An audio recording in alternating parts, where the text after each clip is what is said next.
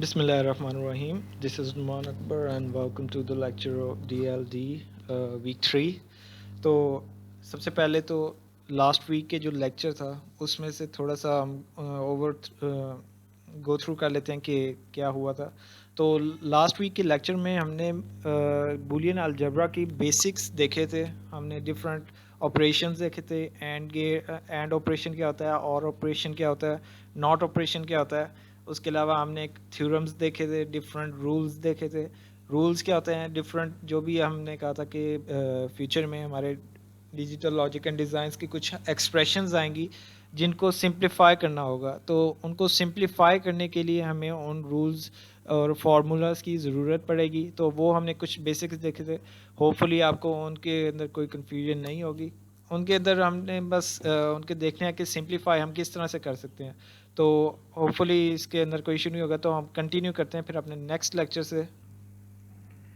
तो इस वीक की क्लास के अंदर हम जो लास्ट वीक की क्लास थी बुलियन अलजेब्रा जिसमें पढ़ा था, हमने बेसिक्स पढ़े थे। तो उन्हीं को कंटिन्यू करते हुए हम थोड़े से इसके एडवांस कॉन्सेप्ट्स को देखेंगे कि इसके अंदर मज़ीद हम क्या क्या चीज़ें पढ़ सकते हैं। तो पहली स्लाइड पर चलते हैं। सबसे पहले तो आ जाता है बुलियन रूल्स फॉर सिंप्लीफिकेशन। पहले तो इसकी हेडिंग को ही देखते हैं कि सिंप्लीफिकेशन क्या होती है। आपने इंटर के अंदर मैथमेटिक्स के अंदर डिफरेंट क्वेश्चन थे जिनको आपने सिंप्लीफाई करना था। तो सिंप्लीफाई इधर भी डिफरेंट एक्सप्रेशंस होंगी, उनको भी हमें सिंप्लीफाई ही करना पड़ेगा। कैसे करेंगे, लेकिन आपका फॉर एग्जांपल कोई भी सर्किट्स है डीएलडी के अंदर, आप मोस्टली सर्किट से ही डील करेंगे। तो उन सर्किट्स के अंदर आप किस तरह से चीज़ें ज्वाइन करते हैं, डिफरेंट आपको गेट्स यूज़ करने पड़ते हैं। और गेट हमने देखा है, जो डिटेल में हम मज़ीद पढ़ेंगे भी इसी लेक्चर में। Or gate, and gate, not gate और फर्दर ऑन इनकी कुछ और टाइप्स भी होती हैं जो कि हम इस लेक्चर में फर्दर देखेंगे क्या होती हैं। तो हर सर्किट की उसकी गेट्स के हिसाब से प्राइस या कॉस्ट वैरी करती रहती है। अगर किसी सर्किट के अंदर ज़्यादा गेट्स यूज़ हुए हैं तो ऑब्वियसली उसकी कॉस्ट भी उतनी ही ज़्यादा होगी।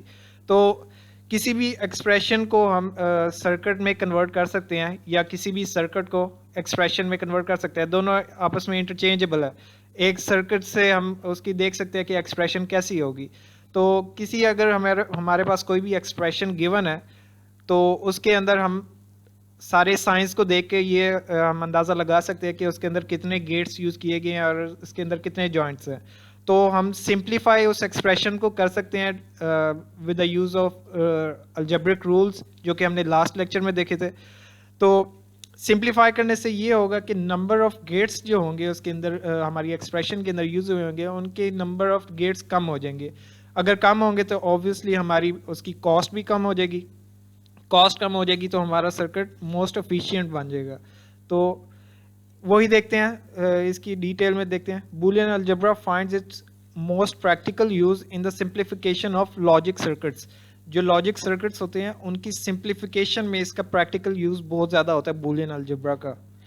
If we translate a logic circuits function into symbolic form, जो कि अगर किसी भी हम सर्किट को बूलियन फॉर्म में या सिंबॉलिक फॉर्म में, जैसा कि मैंने आपको बताया इंटरचेंजेबल है, अगर कन्वर्ट करते हैं किसी भी सर्किट को, हम किसी एक्सप्रेशन के अंदर कन्वर्ट करते हैं and apply certain algebraic rules to the resulting equation. तो जो हमारी इक्वेशन या एक्सप्रेशन बनी होगी उसके ऊपर हम अलजेब्रिक रूल्स जो हमने लास्ट टाइम भी पढ़े थे उनको अप्लाई करते हैं to reduce the number of terms. उसके अंदर जितनी भी नंबर ऑफ टर्म्स है उनको रिड्यूस करने के लिए, ऑब्वियसली हम सिंप्लीफाई करना चाह रहे हैं तो डिफरेंट रूल्स को अप्लाई करेंगे हमें उसको रिड्यूस करने के लिए, एक्सप्रेशन को या इक्वेशन को। और डिफरेंट अरिथमेटिक ऑपरेशंस भी ऑब्वियसली हमें अप्लाई करने पड़ेंगे इसके साथ साथ। The simplified equation may be translated back into the circuit. तो जो हमने सिंप्लीफाइड एक्सप्रेशन होगी हमारी, एक तो थी जो स्टार्टिंग वाली एक्सप्रेशन थी, ठीक है। तो उसको जब हम सिंप्लीफाई करके जो हमारी रिजल्टेंट एक्सप्रेशन या इक्वेशन बन जाएगी उसको हम दोबारा से सर्किट के अंदर कन्वर्ट कर सकते हैं। तो लेकिन डिफरेंस क्या होगा, जो हमारी ओरिजिनल वाली थी एक्सप्रेशन उसके अंदर नंबर ऑफ गेट्स काफ़ी ज़्यादा थे, लेकिन जब हमने उसको सिंप्लीफाई किया और हमारी जो रिजल्टेंट एक्सप्रेशन काफ़ी शॉर्ट फॉर्म में बन गई, तो उसको जब हम सर्किट में कन्वर्ट करेंगे तो उसका सर्किट भी वेरी लेस कॉम्प्लिकेटेड होगा। लेस कॉम्प्लिकेटेड से मतलब यही है कि उसके अंदर नंबर ऑफ गेट्स काफ़ी कम हो चुके होंगे हमारे ओरिजिनल सर्किट से। तो सर्किट्स में अगर हमारे गेट्स कम होंगे तो ऑब्वियसली हमारी कॉस्ट भी कम हो जाएगी काफ़ी ज़्यादा, तो रिजल्टेंट जो भी हमारा सर्किट बनेगा वो काफ़ी ज़्यादा रिलायबल होगा, उसके अंदर रिलायबिलिटी काफ़ी इंक्रीज़ हो चुकी होगी, और ऑब्वियसली उसके अंदर मैन्युफैक्चरिंग कॉस्ट जो है वो डिक्रीज़ हो जाएगी। तो होपफुली आपको सिंप्लीफिकेशन के हवाले से थोड़े से बूलियन रूल्स का कंसेप्ट थोड़ा सा क्लियर हो चुका होगा कि हम सिंप्लीफिकेशन क्यों करते हैं, कैसे करते हैं, वो हमारा नेक्स्ट स्टेप है कि हम डिफरेंट एक्सप्रेशंस को सिंप्लीफाई करेंगे इसी लेक्चर में डिफरेंट रूल्स को यूज़ करते हुए। हम उनके सर्किट्स भी देखेंगे कि सर्किट्स किस तरह से हम जनरेट कर सकते हैं और उनके अंदर डिफरेंट गेट्स को किस तरह से अप्लाई कर सकते हैं, उनकी वर्किंग किस तरह से होती है। ये सारा हम इसी लेक्चर में मज़ीद एंड पर जाकर देखेंगे कि ये किस तरह से सारा प्रोसेस होता है। अभी फ़िलहाल हम बेसिक्स की तरफ ही रहते हैं, तो होपफुली इस स्लाइड पर आपको कोई कन्फ्यूजन नहीं होगी। तो नेक्स्ट पर चलते हैं, डिजिटल लॉजिक गेट्स समरी। तो जैसे कि अभी आपको बताया कि लॉजिक गेट्स भी हमें इसी जो लेक्चर के अंदर ही कवर करने हैं। तो डिफरेंट लॉजिक गेट्स होते हैं, कुछ टाइप्स हैं उनकी, सबसे पहले तो वो देख लेते हैं। सबसे पहले लिखा हुआ है standard logic gates. Standard logic gets कुछ होते हैं, हम इनकी फर्दर टाइप्स भी होते हैं, वो आगे मजीद स्लाइड्स में एक्सप्लेन है, लेकिन फ़िलहाल हम इनके नेम्स देख लेते हैं। नेक्स्ट वन है inverting logic gates. Inverting logic gates obviously इसके नाम से ही लग रहा है कि किसी चीज़ को इन्वर्ट कर रहा होगा। Then exclusive logic gates. Exclusive logic gates क्या होते हैं, ये एक नई टर्म है हमारे लिए, ये भी देखेंगे क्या आते हैं। एंड फाइनल में है single input logic gate. Single input अपने नेम से ही जाहिर कर रहा है कि इसके अंदर कोई ऐसा गेट होगा जिसके अंदर सिंगल इनपुट होगी। सिंगल इनपुट होगी तो ऑब्वियसली सिंगल आउटपुट भी होगी। जितने भी अभी गेट्स हमने देखे हैं सभी में आउटपुट तो सिंगल ही होती है, लेकिन हमारी इनपुट्स वेरी कर रही होती हैं। तो सिंगल इनपुट लॉजिक गेट्स ये वाहिद ऐसे गेट्स हैं जिनके अंदर हमारी इनपुट भी एक ही होगी। तो इनकी डिटेल देखते हैं। सबसे पहले तो हमारे हैं standard logic gates. Standard logic gates की आगे फर्दर टाइप्स हैं, इसके अंदर the logic and gate, the logic or gate. And expression and or जो ये दोनों ऑपरेशन हम लास्ट लेक्चर में काफ़ी डिटेल में देख चुके हैं कि इनकी वर्किंग किस तरह से होती है। तो इस लेक्चर में हम देखेंगे कि इनके गेट्स किस तरह से वर्क करते हैं और इनके जो ट्रूथ टेबल्स हैं उनको हम किस तरह से बना सकते हैं। तो logic and gate or gate, इनकी हम वर्किंग देखते हैं अभी के इनके अंदर हम किस तरह से इनकी डायग्राम्स बना सकते हैं, इनके ट्रूथ टेबल्स किस तरह से बना सकते हैं, देन इनकी वर्किंग सर्किट्स के अंदर किस तरह से हम इंक्लूड कर सकते हैं। तो फर्स्ट ऑफ ऑल हम लॉजिक एंड गेट देखेंगे। तो जैसा कि आप अपनी स्क्रीन पर देख सकते हैं लॉजिक एंड गेट के टोटली सारी डिटेल में लिखा हुआ है। सबसे पहले तो इसकी सिंबल है, सिंबल आप देख सकते हैं कि एक ये डायग्राम सी बनी हुई है। इस डायग्राम के ज़रिए हम डिनोट करते हैं हमारा जो एंड गेट होता है, ठीक है। एंड गेट को हमेशा हम इसी डायग्राम से डिनोट करते हैं, ये थोड़े से डी की शेप में ही है, तो इसको डायग्राम को logic gate and logic gate के लिए डिनोट करते हैं। इसमें आप देख सकते हैं कि दो इनपुट्स हैं, दो इनपुट्स इसके अंदर एंटर होंगी, देन उनके ऊपर जो भी प्रोसेसिंग होगी उसके बाद आपकी एक आउटपुट जनरेट होगी जिसको हमने क्यू का नेम दिया हुआ है। और आप इस डायग्राम के अंदर देखें तो एक एंड लिखा हुआ है, एंड का साइन लिखा हुआ है, तो इसको हम इस एंड को एंड गेट को इस साइन से भी डिनोट कर सकते हैं कि ये हमारा एंड गेट इधर वर्किंग हो रही है। आप नीचे इसके लिखा हुआ है to inputs and digital logic design, इसके अंदर हमारी टू इनपुट्स हैं। हम मोर देन टू भी कर सकते हैं, लेकिन वो हमारे कुछ नेक्स्ट केस आएंगे जहाँ पर हम थोड़े से कॉम्प्लेक्स केस देखेंगे कि अगर हमारी इनपुट्स मोर देन टू हो जाए तो क्या होगा। तो फिलहाल हमारा जो बेसिक है उसमें हमारी टू इनपुट्स ही होंगी। देन नीचे आप देखें तो लिखा हुआ है बूलियन एक्सप्रेशन, कि हम बूलियन एक्सप्रेशंस जो होंगी, हमारी जो इक्वेशंस होगी बूलियन, उनके अंदर हम एंड गेट को किस तरह से डिनोट करेंगे। तो इधर लिखा हुआ है Q is equal to A dot B।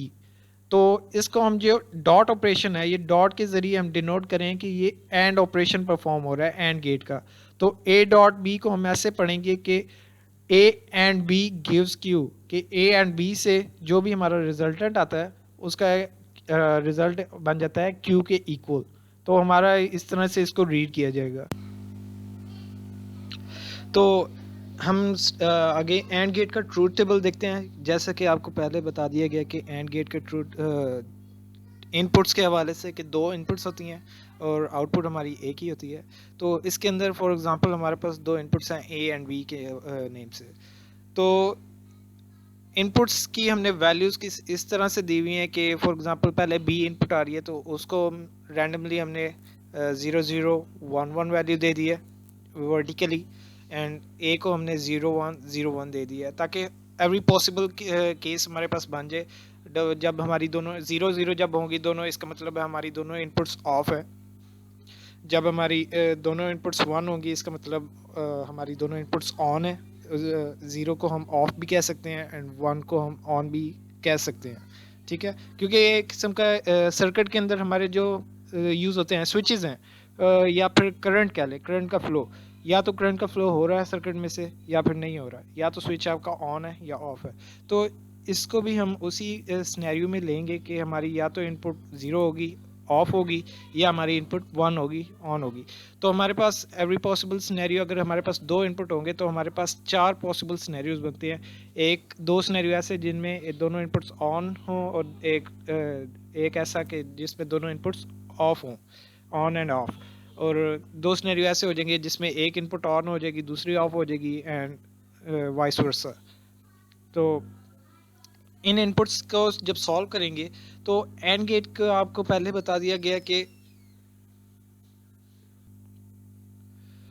तो जैसा कि हम लास्ट लेक्चर में भी कर चुके हैं कि इसके एंड गेट की जो इनपुट्स होती हैं, फॉर एग्जांपल अब पहला सिनेरियो है कि हमारी बी की इनपुट भी 0 है, ए की वैल्यू भी 0 है। ठीक है, तो एंड गेट का हमारा बेसिक रूल यही होता है कि जब तक हमारी दोनों इनपुट्स ऑन नहीं हो जाती उस टाइम तक हमारी आउटपुट ऑन नहीं होती। उनमें से कोई एक इनपुट भी ऑफ हो गई या दोनों ऑफ हो गई तो हमारी आउटपुट सीधी सी बात है ऑफ रहेगी। तो बी की वैल्यू 0 हो, ए की वैल्यू 0 हो पहले सिनेरियो में, पहले केस में, तो ऑब्वियसली क्यू की वैल्यू 0 ही रहेगी। एंड है ना कि एंड ये भी और ये भी, ठीक है, कि ए भी ऑन हो और बी भी ऑन हो तब जाकर हमारी क्यू की वैल्यू ऑन होगी। अगर इनमें से कोई एक भी ऑफ होगी तो हमारी आउटपुट ऑफ रहेगी या 0 रहेगी वैल्यू। तो इसके अंदर सिर्फ लास्ट वाला जो केस है जिसके अंदर ए की वैल्यू भी 1 है और बी की वैल्यू भी 1 है, तो उस वाले केस में जाके हमारी जो आउटपुट क्यू है उसकी वैल्यू 1 हो जाएगी। अदरवाइज बाकी जितने भी केसेस हैं हमारे पास सभी में हमारे आउटपुट 0 ही रहेगी। होपफुली आपको इस केस की सिनेरियो समझ आ चुकी होगी। तो ये था हमारा logic and gate. Next one logic or gate. Or gate थोड़ा सा डिफरेंट है, आप इसकी जो सिंबल है सिंबल देख सकते हैं। एंड गेट एक थोड़ा सा डी की शेप में था, तो जो और गेट है, और गेट में भी ये थोड़ा सा ट्रायंगल है लेकिन इसको थोड़ा सा एंगुलर कर दिया गया, थोड़ा सा तिरछा कर दिया गया। तो यानी कि इसकी शेप है ये। जहाँ पे भी हम सर्किट्स के अंदर और गेट यूज़ करेंगे हम इस सिनेरियो को या इस सिंबल को यूज़ करके रिप्रेजेंट कर सकते हैं और गेट को। तो और गेट के अंदर भी आप देख सकते हैं सिंबल के अंदर के हमारे दो इनपुट्स ही होती हैं ए एंड बी, जैसे हमने इनपुट दी हुई है। मोर देन 2 भी हो सकती हैं, वो अगर कोई हमारे पास इस तरह से कॉम्प्लिकेटेड केस है वो हम बाद में डिस्कस करेंगे। तो आउटपुट इसकी ऑब्वियसली 1 ही रहेगी, क्यू के नेम से हमने इधर आउटपुट दी हुई है। तो इसकी जो डायग्राम है या सिंबल है इसके अंदर एक लिखा हुआ है ग्रेटर दैन इक्वल टू, एक साइन लिखा हुआ है, साइन बना हुआ है। तो फिलहाल उस चीज़ को इग्नोर करें, हम इसका जो सिंपल साइन है प्लस का जो साइन होता है उससे रिप्रेजेंट करते हैं और गेट को। जैसा कि एंड गेट है, एंड गेट को हम रिप्रेजेंट करते हैं डॉट ऑपरेटर या दो हमारी जो इनपुट्स होती हैं उनके दरमियान हम डॉट लिख देते हैं तो वो रिप्रेजेंट करता है एंड गेट को। लेकिन जो और गेट है, और गेट को हम रिप्रेजेंट करते हैं प्लस के साइन से। दोनों इनपुट्स के दरमियान हम प्लस लिखते हैं तो वो शो करेगा कि इनके दरमियान और का ऑपरेशन हो रहा है या और गेट इधर ज्वाइन हुआ है और गेट से ये दोनों इनपुट्स। तो इसकी बुलियन एक्सप्रेशन आप इसके नीचे देख ही सकते हैं, Q is equal to A plus B या ए और बी। इसको हम ए और बी ही पढ़ेंगे, प्लस भी नहीं पढ़ेंगे कि ये दोनों आपस में ऐड नहीं हो रहे, ये इनका आपस में और गेट का रिलेशन है आपस में ए एंड बी का, ए और बी। ठीक है, प्लस के साइन को हम क्या पढ़ेंगे और, जैसे कि आप इसके आगे देख सकते हैं कि read as A or B gives Q, कि ए और बी का हम और जब करवाते हैं या और का जो गेट इनके अंदर हम लगाते हैं तो हमारी जो आउटपुट आती है क्यू आती है। तो इसके ट्रूथ टेबल की तरफ चलते हैं। ट्रूथ टेबल में क्या होगा, इसका जो बेसिक सा रूल है और गेट का, कि कोई एक भी हमारी इनपुट ऑन हो गई तो हमारी आउटपुट ऑन होगी, ठीक है। या जैसे और को उर्दू में हम क्या कहते हैं, जैसे लास्ट लेक्चर में भी मैं आपको बता चुका हूँ, और को या कहते हैं, ठीक है। चॉइस आ गई हमारे पास, या ये तो इनपुट हमारी ऑन हो या फिर दूसरी इनपुट ऑन हो, कोई एक ऑन हो जाए हमारी हमारी आउटपुट ऑब्वियसली ऑन हो जाएगी। तो जो सबसे पहला केस है उसके अंदर ए भी ऑफ है और बी भी ऑफ है, तो इन दोनों में दोनों ही ऑफ हो गए हैं, तो ऑब्वियसली हमारी जो आउटपुट है क्यू वो भी ऑफ ही रहेगी, उसको ज़ीरो की आंसर आ जाएगा। दूसरे वाला केस दूसरे वाला केस देखें तो बी की वैल्यू हमारी ज़ीरो है या बी की वैल्यू ऑफ कह लें, और ए की वैल्यू वन है या ऑन है ए, तो हमारी एटलीस्ट वन इनपुट ऑन हो चुकी है जो ए है। तो हमारा बेसिक रूल भी यही था कि कम से कम एक इनपुट ऑन होनी चाहिए, तो हमारा आउटपुट वो भी ऑन ही होएगा, तो क्यू की वैल्यू इसमें वन आ जाएगी। थर्ड वन केस के बी की वैल्यू वन है या बी ऑन है और ए की वैल्यू ज़ीरो है या फिर ए को ऑफ कह दें, तो दोबारा से वही हमारा केस के एटलीस्ट वन इनपुट ऑन होनी चाहिए, तो बी वाली इनपुट ऑन है हमारी, तो हमारी आउटपुट क्यू वन हो जाएगी या ऑन हो जाएगी। एंड लास्ट वन कि हमारी बी की वैल्यू भी वन है, ए की वैल्यू भी वन है, तो इसका मतलब हमारी दोनों इनपुट्स ऑन है। तो हमारा वैसे तो रूल था कि एटलीस्ट वन इनपुट ऑन होनी चाहिए, कम से कम एक होनी चाहिए, तो एक से ज़्यादा इनपुट भी ऑन हो जाए तो इसमें कोई हर्ज नहीं है, हमारी आउटपुट वन ही रहेगी। तो ये आपका बेसिक और गेट है। इसका हमने सिंबल देखा कि सर्किट्स के अंदर जहाँ पर भी हम और गेट को यूज़ करेंगे तो हमें इस सिंबल से डिनोट करना पड़ेगा। देन इसकी बुलियन एक्सप्रेशन हमने जो इसका साइन है, जब बुलियन एक्सप्रेशन जब भी लिखेंगे उसके अंदर प्लस का साइन जहाँ पर आएगा उसको और गेट समझा जाएगा, ठीक है। तो नेक्स्ट वन पे मूव ऑन करते हैं, इन्वर्टिंग लॉजिक गेट्स। अब ये इन्वर्टिंग लॉजिक गेट्स नाम से ही पता लग रहा है कि किसी चीज़ को इन्वर्ट करते हैं। तो इसके भी दो टाइप्स हैं further. First one is the logic NAND gate and the second one is the logic NOR gate.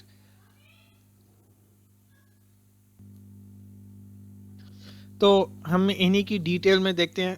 पहले तो हम देख लें कि नैंड गेट और नॉर गेट, हमें थोड़ा सा इनमें फेमिलियर वर्ड्स हमें कुछ नज़र आते हैं। जैसे नैंड गेट देखें तो उसके अंदर हम एंड गेट भी देख सकते हैं अगर हम एन को माइनस करें।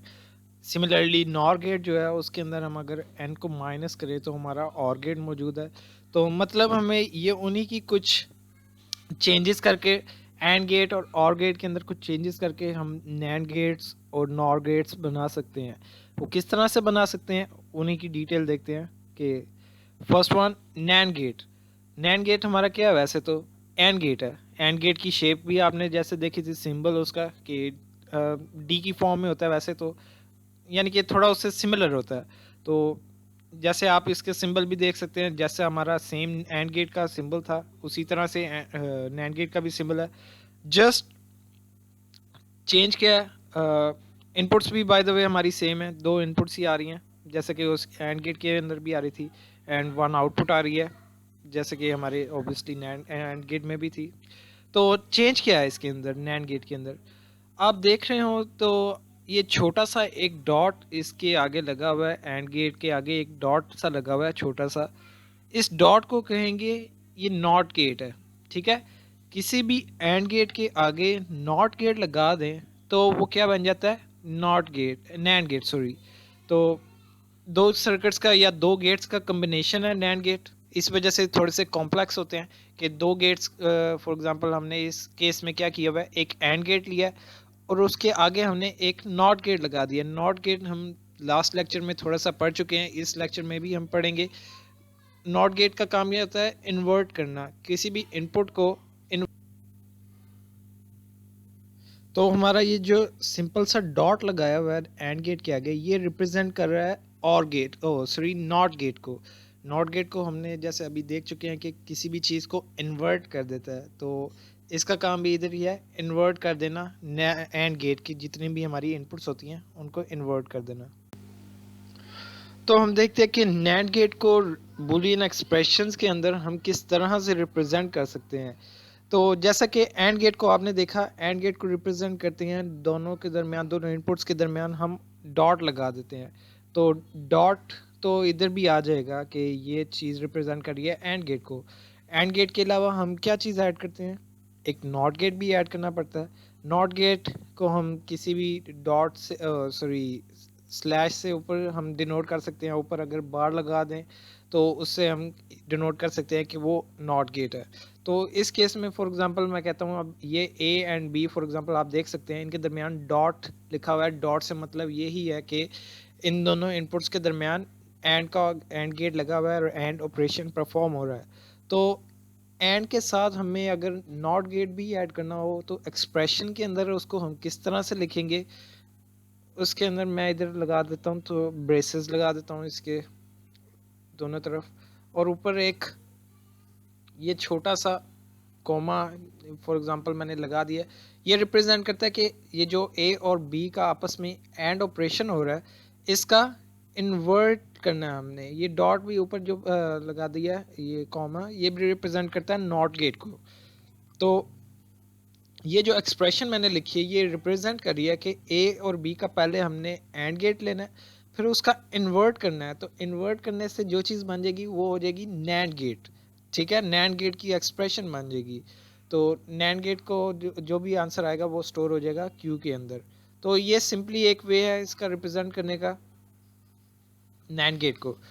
इसका ट्रूथ टेबल किस तरह से बनाएंगे, ठीक है। ट्रूथ टेबल हमें एंड गेट का जो बनाना आता है, एंड गेट में हम क्या बनाते थे, हमारी एक रूल होता था कि हमारी एक इनपुट, दोनों इनपुट्स जब तक 1 होंगी तब हमारी आउटपुट 1 होगी, अदरवाइज हमारी आउटपुट 0 रहेगी। कोई एक भी आउटपुट हमारी इनपुट 0 हो जाती है तो हमारी आउटपुट भी 0 हो जाएगी।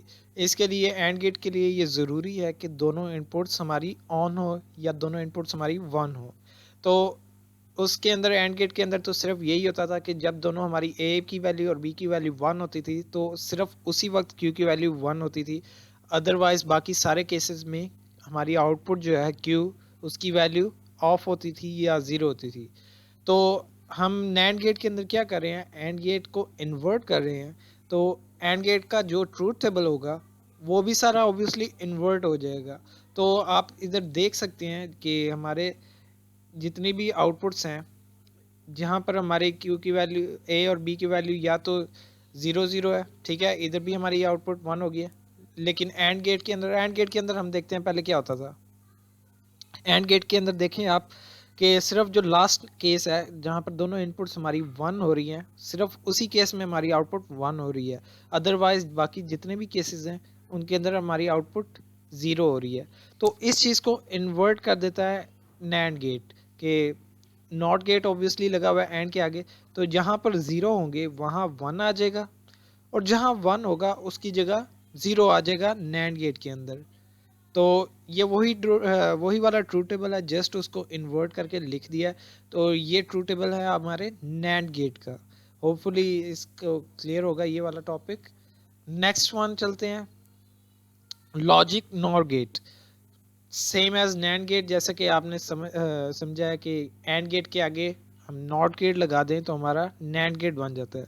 तो इसी तरीके से अगर और गेट है हमारा, ठीक है, उसके आगे हम एक नॉट गेट लगा दें छोटा सा, ठीक है, तो वो क्या बन जाता है, हमारा नॉर गेट बन जाता है। ये भी दो सर्किट्स का या दो गेट्स का कम्बिनेशन है, और गेट और नॉट गेट। और गेट हमारा, जैसे आप इसका सिंबल देख सकते हैं कि और गेट का हमारा सिंबल बना हुआ है, जैसे हम सर्किट्स के अंदर यूज़ कर सकते हैं। अभी हमने और गेट भी पढ़ा है, और उसके आगे एक छोटा सा डॉट लगा हुआ है। ये जो डॉट है ये रिप्रेजेंट कर रहा है हमारे नॉट गेट को। मतलब अब और गेट और आगे नॉट गेट मिल गया है, ये इनका प्लस करें तो आपस में क्या बन जाता है, नॉर गेट। तो इनका भी आपस में हम जैसे रिप्रेजेंट कैसे करते थे बुलियन एक्सप्रेशन के अंदर, और गेट को हम रिप्रेजेंट करते थे प्लस के साइन से, ठीक है। प्लस के साइन से हम रिप्रेजेंट करते थे कि कोई भी अगर दो इनपुट्स हैं और उनके दरमियान प्लस का साइन आ रहा है तो उससे हम समझ जाते थे कि इनके दरमियान और गेट का ऑपरेशन परफॉर्म हो रहा है या और गेट वर्किंग में है। तो और गेट का जब हम नॉट गेट भी उसके साथ शामिल करेंगे तो बन जाएगा नॉर गेट, और नॉर गेट क्या कर देगा, और गेट का इन्वर्ट कर देगा। जो भी और गेट का आंसर आएगा उस चीज़ को इन्वर्ट कर देगा। तो हम उस चीज़ को इस तरह भी लिख सकते हैं कि ए और बी के ऊपर बड़ा सा बार लगा दें, ठीक है, या फिर हम उसके ब्रेसेस लगाकर दोनों साइड्स पर उसके ऊपर एक कॉमा लगा दें, ठीक है। तो ये भी रिप्रेजेंट करता है नॉट गेट को, कि और गेट का हमने नॉट गेट ले लिया है और जो रिजल्टेंट बन गया हमारे पास वो हो जाएगा नॉर गेट। तो इसको रीड भी हम ऐसे ही करेंगे कि ये नॉर गेट हो रहा है दो आउट इनपुट्स के दरमियान जो कि हमारी ए और बी है। तो इसका ट्रूथ टेबल हम किस तरह से बनाएंगे, जैसा कि हमने अभी नैंड गेट का ट्रूथ टेबल बनाया। नैंड गेट के अंदर हमने किया था कि जो एंड गेट का ट्रूथ टेबल है उसको इन्वर्ट करके उसकी जो आउटपुट होती है वो लिख दिया, तो वो हमारा बन गया नैंड गेट का ट्रूथ टेबल। तो नॉर गेट का ट्रूथ टेबल के लिए भी हमें और गेट के ट्रूथ टेबल की ज़रूरत होगी। और गेट का ट्रूथ टेबल देखते हैं। तो ये और गेट का ट्रूथ टेबल है। इसके अंदर आप देखिए तो हमारा यही फार्मूला यूज़ करते थे कि कोई एक इनपुट भी हमारी ऑन हो जाए या वन हो जाए तो हमारी आउटपुट वन हो जाती थी। अगर हमारी सिर्फ एक केस था कि जहाँ पर हमारी आउटपुट ऑफ होती थी या ज़ीरो होती थी, वो पहले वाला था जहाँ पर हमारी दोनों इनपुट्स की वैल्यू भी ज़ीरो है या ऑफ है, ठीक है। तो ये हमारा और गेट है बेसिक, जिसका ट्रू टेबल। तो अगर हम इसी चीज़ का और गेट के आगे नॉट गेट लगा दें तो नॉट गेट क्या करेगा, इस पूरे को इन्वर्ट कर देगा। तो पूरे ट्रू टेबल को जब इन्वर्ट कर देगा तो आउटपुट जहाँ पर ज़ीरो है वहाँ पर वन आ जाएगी और जहाँ पर वन है वहाँ पर ज़ीरो आ जाएगी। मतलब हमारी सिर्फ पहले वाले केस में एंड और गेट के पहले वाले केस में हमारी आउटपुट ज़ीरो आ रही थी और बाकी सब में वन आ रही थी। तो इसके नॉर गेट का हमारा बन जाएगा कि पहला जो वाला जो केस है जहाँ पर हमारी दोनों इनपुट्स ज़ीरो ज़ीरो होती हैं वहाँ पर जस्ट इसकी आउटपुट वन होगी। अदरवाइज इसके जितने भी केसेस हैं सभी में आउटपुट हमारी ज़ीरो रहेगी। तो ये हैं आपके बेसिक नैंड गेट और नॉर गेट। इनके होपफुली क्लियर होगी। तो नेक्स्ट वन पे चलते हैं, एक्सक्लूसिव लॉजिक गेट्स। अब ये कुछ एक्सक्लूसिव लॉजिक गेट्स होते हैं, इनके अंदर देखते हैं क्या होते हैं मज़ीद detail. The logic exclusive or gate, the logic exclusive NOR gate, या जिनको हम दूसरे अल्फाज में इस तरह से भी बोल सकते हैं, जो एक्सक्लूसिव और है उसको हम शॉर्ट फॉर्म में एक्स और बोल सकते हैं।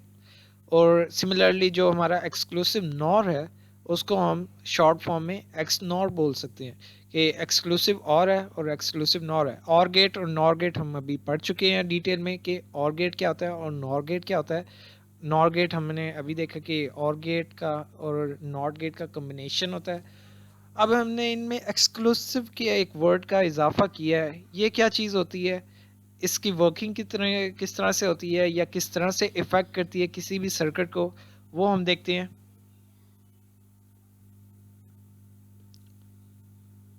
तो हमारा ये अब लॉजिक एक्सक्लूसिव और गेट या एक्स और का गेट की थोड़ी डिटेल है। इसका सिंबल आप देख सकते हैं, जैसे कि और गेट हमारा होता है सेम वैसा ही सिंबल है, जस्ट उसके पीछे एक मज़ीद तिरछी लाइन का इजाफा किया गया है इसके पीछे, ताकि थोड़ा सा डिफ्रेंशिएट हो जाए हमारा और गेट और एक्सक्लूसिव और गेट, इनमें डिफरेंस थोड़ा सा आ जाए। तो ये हमारा सिंबल आप देख सकते हैं, बाकी ऑलमोस्ट सभी वही चीज़ है।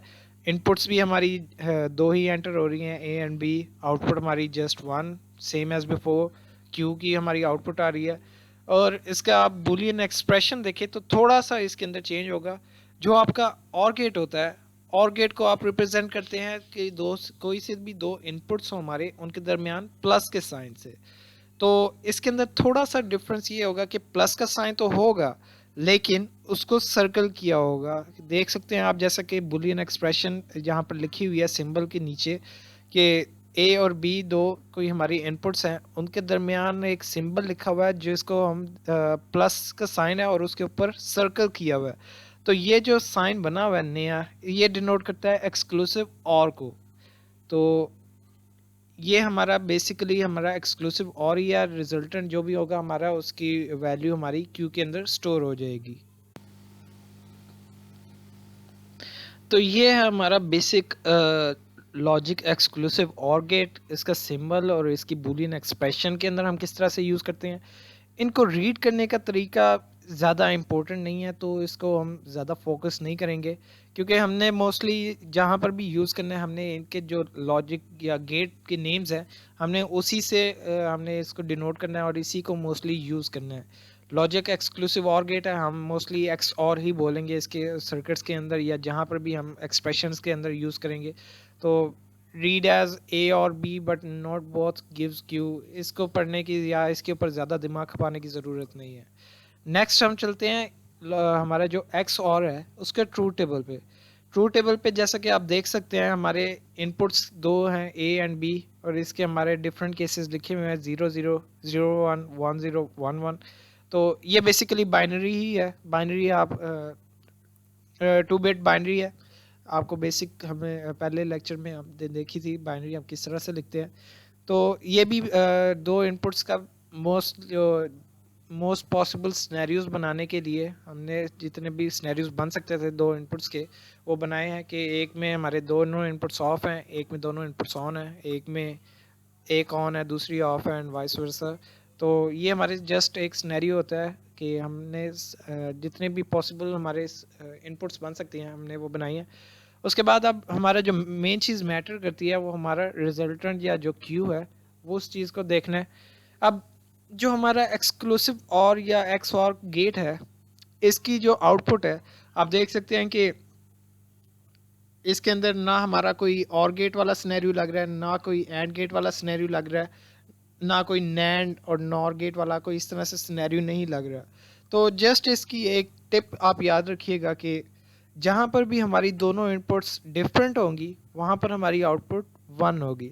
ठीक है, ये एक छोटी सी टिप है, इस चीज़ को आप माइंड में रखिएगा ताकि आप जब आप क्वेश्चन पेपर में सॉल्व कर रहे हो तो आपको ज़्यादा सोचने की ज़रूरत ना पड़े कि इसके अंदर हमारी आउटपुट क्या होती थी, क्योंकि ये गेट्स तो बहुत ज़्यादा हैं तो आप हर किसी का इस तरह से याद नहीं रख पाएंगे।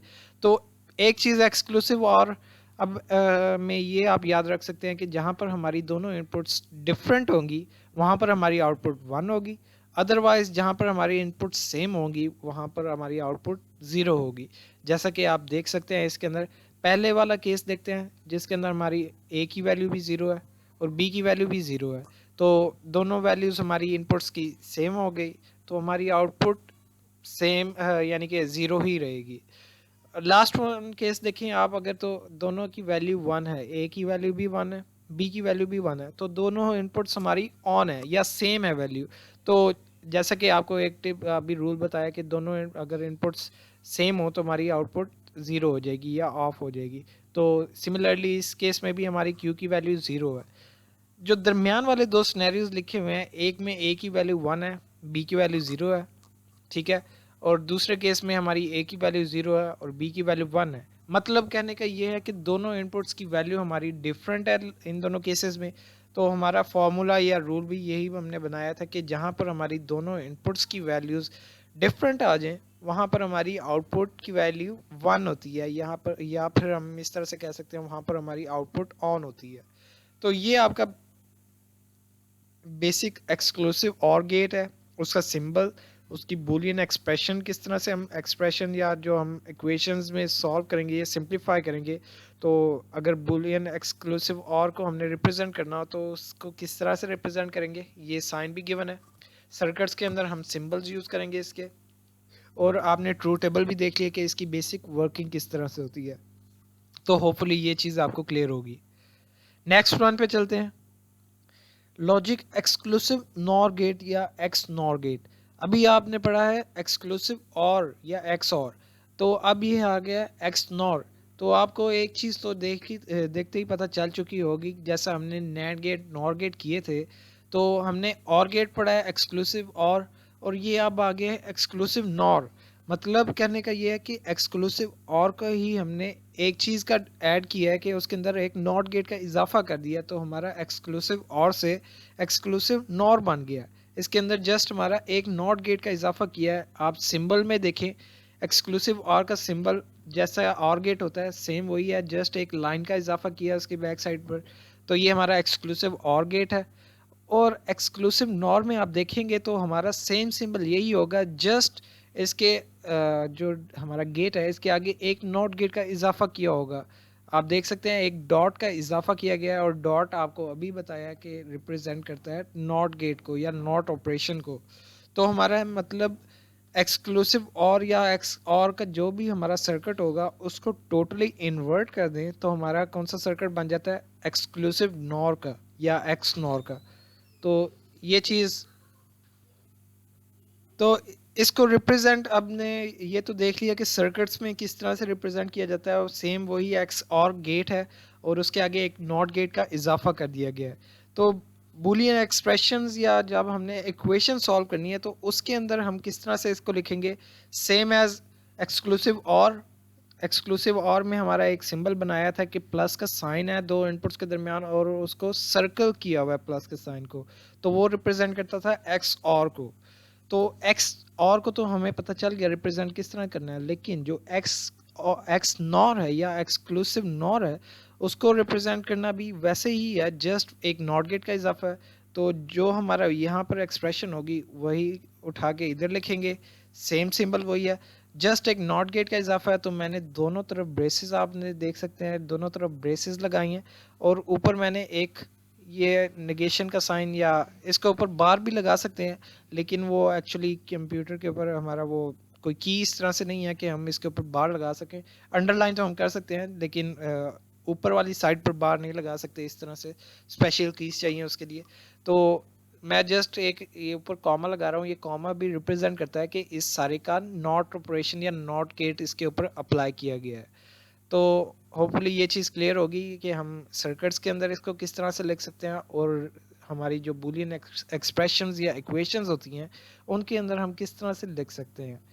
Then move forward to the true table.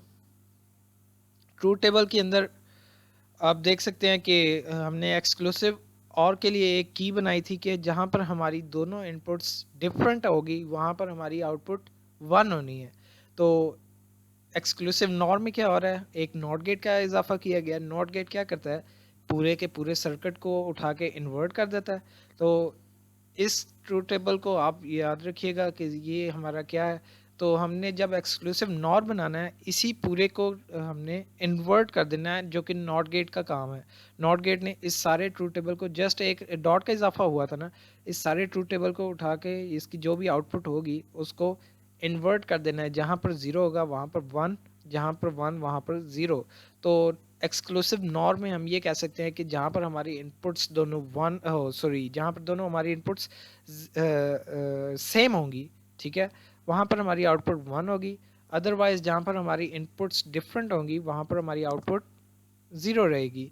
तो यानी कि ये एक्सक्लूसिव और एक्सक्लूसिव नॉर एक दूसरे का ऑपोजिट है ऑब्वियसली, क्योंकि एक के अंदर नॉट गेट है एक सिंपल है, तो एक दूसरे का इन्वर्ट हो जाते हैं। तो ये चीज़ माइंड में रखिएगा। होपफुली ये चीज़ क्लियर हो चुकी होगी आपको। Then next, up to the next one, single input logic gates. इनकी हमने पहले भी थोड़ा सा देखा। अभी तक हम जितने भी लॉजिक गेट्स कर चुके हैं सभी के अंदर हमारी मोर देन 2 या मोर देन 1 इनपुट्स आ रही थी। 2 से बाद में देखेंगे 2 से ज़्यादा किस्में होती हैं। फॉर एग्जांपल अब जितने भी हमने एक्सक्लूसिव और एक्सक्लूसिव नॉर नैंड एंड जितने भी हमने गेट्स अभी तक किए सभी के अंदर हमारी मोर देन 1 इनपुट्स आ रही थी। तो अब हमारा ये कुछ ऐसे गेट्स आए हैं लॉजिक गेट्स जिनके अंदर जस्ट 1 इनपुट होगी, इसी वजह से इनको थोड़ा सा स्पेसिफिक कर दिया गया है कि सिंगल इनपुट लॉजिक गेट्स है। तो इनमें सबसे पहले तो होता है कि नॉट गेट है जिसके आगे लिखा हुआ है inverter, and second one is hex buffer. अब ये क्या चीज़ें होती हैं, आपको नॉट गेट का थोड़ा सा आइडिया होगा पहले ही, लेकिन I think hex buffer first time आपने सुना होगा। तो हम इसकी मज़ीद डिटेल देखते हैं। नेक्स्ट स्लाइड जी। द नॉट गेट या इन्वर्टर भी जिसको अदर लैंग्वेज में कहते हैं, इसका सिंबल आप देख सकते हैं कि एक ट्रायंगल है, ट्रायंगल के आगे एक डॉट लगा हुआ है। तो ये एक पूरी ट्रायंगल विद डॉट जो चीज़ है ये रिप्रेजेंट करती है नॉट गेट को। आपने लास्ट टाइम जो अभी देखा कि लास्ट सर्किट्स के अंदर हमने जस्ट एक डॉट लगा दिया था और वो रिप्रेजेंट कर रहा था नॉट गेट को। तो वो हम कर सकते हैं, वो भी हमारी वैलिड चीज़ है। लेकिन अगर हम उस सर्किट को थोड़ा सा एक्सप्लेन करके लेकिन अगर हम किसी भी सर्किट को थोड़ा सा डिटेल में एक्सप्लेन करना चाहें कि यहाँ पर नॉट गेट किस तरह से अप्लाई किया गया, तो हम उधर पूरी नॉट गेट की शेप भी यूज़ कर सकते हैं, या जो सिंबल है ट्रायंगल का एंड देन उसके आगे डॉट लगा के। तो वैसे हम शॉर्ट फॉर्म में ही मोस्टली हर जगह पर यूज़ करते हैं, ताकि हमें टाइम का वैसे बचाव करने के लिए, ताकि हम जल्द से जल्द सर्किट बना लें। तो हम सिंपल एक डॉट से भी रिप्रेजेंट कर सकते हैं, जैसे कि आप ये लास्ट वन देखिएगा, एक्सक्लूसिव नॉर गेट है। एक्सक्लूसिव और गेट के आगे मैंने एक छोटा सा डॉट लगा दिया है, तो वो भी रिप्रेजेंट कर रहा है नॉट गेट को ही। अगर मैं चाहूँ तो यहाँ पर ये डॉट की जगह पूरी एक ट्रायंगल बनाओ इस गेट के आगे, और ट्रायंगल के आगे डॉट लगती हूँ, तो वो भी रिप्रेजेंट करेगा कि नॉट गेट ही लगाया गया है। लेकिन मोस्टली हमारे जितने भी सर्किट्स होते हैं थोड़े से कॉम्प्लेक्स होते हैं, तो उनके अंदर हम सारा इस तरह से ज़्यादा डिटेलिंग करने की बजाय जस्ट एक शॉर्टकट यूज़ करते हैं और एक डॉट लगा देते हैं किसी भी गेट के आगे। अगर हमें नॉट गेट यूज़ करना हो, तो वो यही चीज़ रिप्रेजेंट करती है कि इस गेट का नॉट ऑपरेशन परफॉर्म करवाया गया है। तो ये भी चीज़ है, ये अगर जो फुली अब नॉट गेट होता है, ट्रायंगल के आगे एक छोटा सा डॉट लगा होता है। तो नॉट गेट की वर्किंग क्या होती है? बुलियन एक्सप्रेशन आप देख सकते हैं कि Q is equal to not A. Not A मतलब कोई भी एक हमारी इनपुट है और उसको इन्वर्ट कर दिया गया। इसके अंदर हमारी दो इनपुट्स इसीलिए नहीं आई कि इसका काम नहीं है दो इनपुट्स को यूज़ करने वाला। इसका जस्ट काम ये है कि कोई एक इनपुट जो भी इसके अंदर एंटर की जा रही हो, उसको इन्वर्ट करके इसने लिख देना है, ठीक है। तो इस वजह से इसके अंदर एक ही इनपुट आती है। फॉर एग्ज़ाम्पल आप देख सकते हैं इसके अंदर ए इनपुट हमारी जा रही है, तो हमारी जो भी आंसर आएगा इसके अंदर से पास थ्रू होने के बाद उसको हम नॉट ए बोल सकते हैं कि ये ए गेट का, और या सॉरी ए हमारी जो इनपुट है उसका नॉट ऑपरेशन परफॉर्म करवाया गया है। उसको नगेशन ए बोलें, ए बार बोलें, ए डैश बोलें, कुछ भी बोल सकते हैं। वो जस्ट उसी चीज़ को डिनोट करेगा कि इसका जो आंसर है वो ए नॉट गेट अप्लाई किया गया ए के ऊपर। तो ट्रू टेबल में भी आप देख सकते हैं हमारे पास मोस्ट पॉसिबल सिनेरियोज दो ही बन सकते हैं, या तो ए की वैल्यू ज़ीरो होगी या फिर ए की वैल्यू वन होगी। तो जहाँ पर ए की वैल्यू ज़ीरो होगी, इस नॉट गेट में से पास थ्रू होने के बाद हमारी जो आंसर या क्यू की वैल्यू है, आंसर हमारा हमने क्यू फॉर एग्जांपल स्टोर करवाना है क्यू के अंदर, तो जब ए की वैल्यू ज़ीरो होगी तो नॉट गेट में से पास थ्रू होने के बाद इन्वर्ट हो जाएगी ज़ीरो से, वैल्यू हमारी इन्वर्ट होके क्या मान जाएगी, उलट ज़ीरो का क्या होता है, वन ही होता है ऑब्वियसली। तो हमारी क्यू की वैल्यू या आंसर की वैल्यू वन हो जाएगी। सिमिलरली जब हमारी ए की वैल्यू वन होगी तो नॉट गेट में से पास थ्रू होने के बाद हमारी वैल्यू इन्वर्ट हो जाएगी, और वैल्यू इन्वर्ट होके वन से इन्वर्ट क्या हो सकती है, वन का ऑपोजिट ज़ीरो होता है। तो हमारा आंसर या जो हमारा क्यू है उसके अंदर वैल्यू ज़ीरो स्टोर हो जाएगी। इसको हम रीड किस तरह से कर सकते हैं, inverse of A gives Q, कि हमारा जो ए का इन्वर्ट जब किया गया या उसको इन्वर्स किया गया है, तो हमारा जो भी आंसर आ रहा है वो हमारा क्या आंसर देता है, वो क्यू देता है। जो भी क्योंकि हमारा आंसर आता है वो क्यू के अंदर स्टोर हो रहा है। तो ये हमारा है नॉट गेट। नेक्स्ट वन है जी हेक्स बफर। अब हेक्स बफर क्या है? आप देख सकते हैं कि इसके अंदर भी हमारी सिंगल इनपुट ही है, और मोस्टली आपको देखने में भी नॉट गेट की तरह का ही लग रहा होगा, लेकिन जस्ट आपका एक जो डॉट है हमारा, वो डॉट मिसिंग है। मतलब इसने इन्वर्ट नहीं करना, जैसे हमारी इनपुट आ रही है उसको as it is pass through होने देगा अपने अंदर से। तो ये इसकी वर्किंग फिर ये क्या है भाई, जैसे इनपुट आ रही है वैसे ही हमारी आउटपुट रहेगी। कि क्योंकि आप देख सकते हैं ए की वैल्यू जब ज़ीरो होगी तो हेक्स बफर में से पास थ्रू होने के बाद जो हमारी आंसर है या क्यू है, जो क्यू को हमने आंसर दिया हुआ है, तो उसकी वैल्यू भी same as it is zero ही है। और जब ए की वैल्यू वन है और उसकी वैल्यू भी पास थ्रू होने के बाद क्यू में जाके वन ही हो रही है। तो इसका क्या फ़ायदा क्या है हमें हेक्स बफर को यूज़ करने का? एक तो हम आगे जाके थोड़े से बफर्स जब डिटेल में करेंगे तब आपको पता चलेगा कि ये एक किस्म के स्विच का काम करता है, ठीक है। या स्विच का काम कह लें या ब्रिज का काम कह लें। ब्रिज अक्सर आपने अगर गेम खेली भी है, एक होती थी मुझे उसका नाम जेन से निकल गया है। उसके अंदर होते थे ब्रिजेस, अक्सर बीच में से टूट जाते थे, या ब्रिज उसका दोनों साइड्स पे बटन होते थे, उनको प्रेस करने से या तो ब्रिज जुड़ जाते थे आपस में या टूट जाते थे, यानी कि रास्ता बनाया जाता था या नहीं, या रास्ता ख़त्म किया जाता था। तो इसका काम बेसिकली वही है।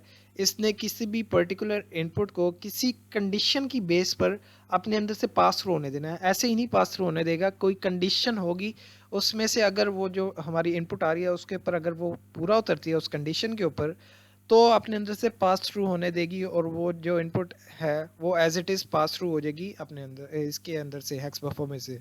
तो ये याद रखना है कि इसका ये बिल्कुल ना इसका फजूल में यूज़ नहीं है। इसका वाकई यूज़ काफ़ी होगा आगे जब हम थोड़े से कॉम्प्लेक्स सर्किट देखेंगे। इसने किसी कंडीशन की बेस पर अपने अंदर से किसी इनपुट को पास थ्रू होने देना होता है। अगर कंडीशन पे पूरे नहीं उतरती इनपुट, तो ये अपने अंदर से उसको पास थ्रू ही नहीं होने देगी। ठीक है, एक स्विच का काम दे रही है। तो ये हमारा हेक्स बफर है, जस्ट वन इनपुट इसके अंदर एंड वन आउटपुट ऑब्वियसली। और नॉट गेट की तरह ये इन्वर्ट नहीं करता, एज इट इज़ अपने अंदर से पास थ्रू होने देता है। लेकिन नॉट गेट तो करता था, ये ज़ीरो होती थी तो वन कर देता था, वन होती थी तो ज़ीरो कर देता था। लेकिन ये है जस्ट ज़ीरो है तो ज़ीरो ही पास थ्रू होगी, वन है तो वन ही पास थ्रू होगी। लेकिन हेक्स बफर के अंदर एक पर्टिकुलर कंडीशन भी होगी जिसके ऊपर किसी भी इनपुट को पूरा उतरना होगा in order to pass through the hex buffer. तो होपफुली आपको इस चीज़ की समझ आ चुकी होगी। ये जस्ट एक पैसेज है या पास थ्रू है, इसके अंदर कंडीशन लगी होगी। नेक्स्ट वन पे चलते हैं जी। Digital logic gate.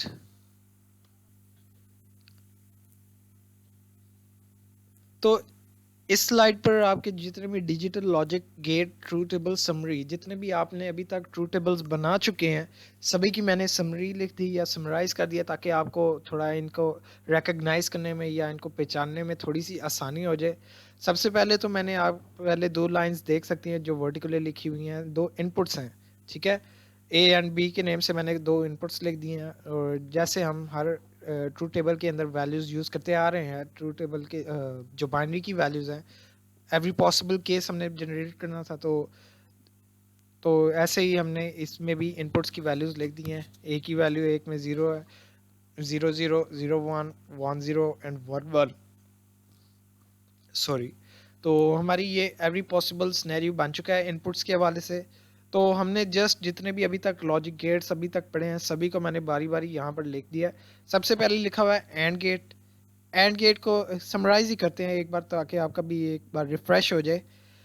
जो एंड गेट है, एंड गेट का हमने यही की बनाई थी कि दोनों इनपुट्स जब तक हमारी वैल्यू वन होगी तब हमारी आउटपुट की वैल्यू वन होगी, अदरवाइज हमारी आउटपुट की वैल्यू ज़ीरो रहेगी। तो ए और बी की वैल्यू जहाँ पर वन है वहाँ पर हमारे देख सकते हैं आप एंड गेट की वैल्यू भी वन है, और बाकी सारे जितने भी केसेस हैं सभी में एंड गेट की वैल्यू ज़ीरो है। आगे लिखा हुआ है नैंड गेट।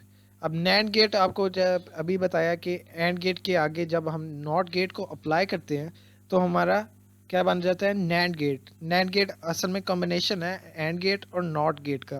तो एंड गेट को जब नॉट गेट के साथ मिलाया जाएगा तो नॉट गेट अपना एक्शन परफॉर्म करेगा, कौन से वाला, इन्वर्जन वाला, जो कि उसका एक वाहिद काम है। तो एंड गेट को सारी जितनी भी उसकी वैल्यूज़ होंगी सभी को इन्वर्ट कर देगा। तो जहाँ पर ज़ीरो है वहाँ पर एंड के अंदर जहाँ ज़ीरो है वहाँ पर नैंड के अंदर वन आ जाएगा, और एंड के अंदर जहाँ वन है वहाँ पर नैंड की जगह नैंड के अंदर वहाँ ज़ीरो आ जाएगा। तो आप इसके साथ साथ देख सकते हैं कि दोनों एक दूसरे का टोटली इन्वर्ट है, क्योंकि एक एंड गेट है और एक दूसरा एंड गेट के आगे नॉट गेट लगाया हुआ है, तो दोनों ऑब्वियसली एक दूसरे का इन्वर्शन होके। आप नेक्स्ट वन देख सकते हैं और गेट। और गेट के अंदर अब आपने ये एंड गेट और एंड गेट को इग्नोर कर दे, एक बार आपने जस्ट देखना है और गेट को देखना है और इन दोनों इनपुट्स को देखना है। तो इन चीज़ों को देखते हैं कि ये कैसे सिनेरियो बनता है हमारा। और गेट के अंदर हमारी यही की थी कि कोई एक इनपुट भी हमारी वन हो गई तो हमारी आउटपुट वन हो जाएगी, अदरवाइज हमारी कोई दोनों इनपुट्स ही हमारी ज़ीरो हो जाएंगी। तो जस्ट उस केस में ही हमारी आउटपुट या और में हमारी आउटपुट जो होगी उसकी वैल्यू ज़ीरो रहेगी। तो आप देख सकते हैं कि जस्ट पहला जो केस है जहाँ पर ए और बी की वैल्यू 0 0 है, वहाँ पर और गेट की वैल्यू 0 है, और बाकी जितने भी केसेस हैं उनमें एटलीस्ट वन। तो आप बाकियों में देख सकते हैं कि बाकी जितने भी हमारे केसेस हैं सभी में एटलीस्ट वन इनपुट हमारी ऑन है, या फिर लास्ट वन जो केस है उसके अंदर तो हमारी दोनों इनपुट से ही ऑन है, लेकिन उसके अलावा जो दरमियान वाले दो केसेस हैं उनके अंदर हमारी एटलीस्ट वन इनपुट ऑन है और ए वन ऑफ है। तो हमारा तो की यही है कि एटलीस्ट एक इनपुट जहाँ पर वन हो गई तो हमारा आउटपुट भी वहाँ पर वन हो जाएगा।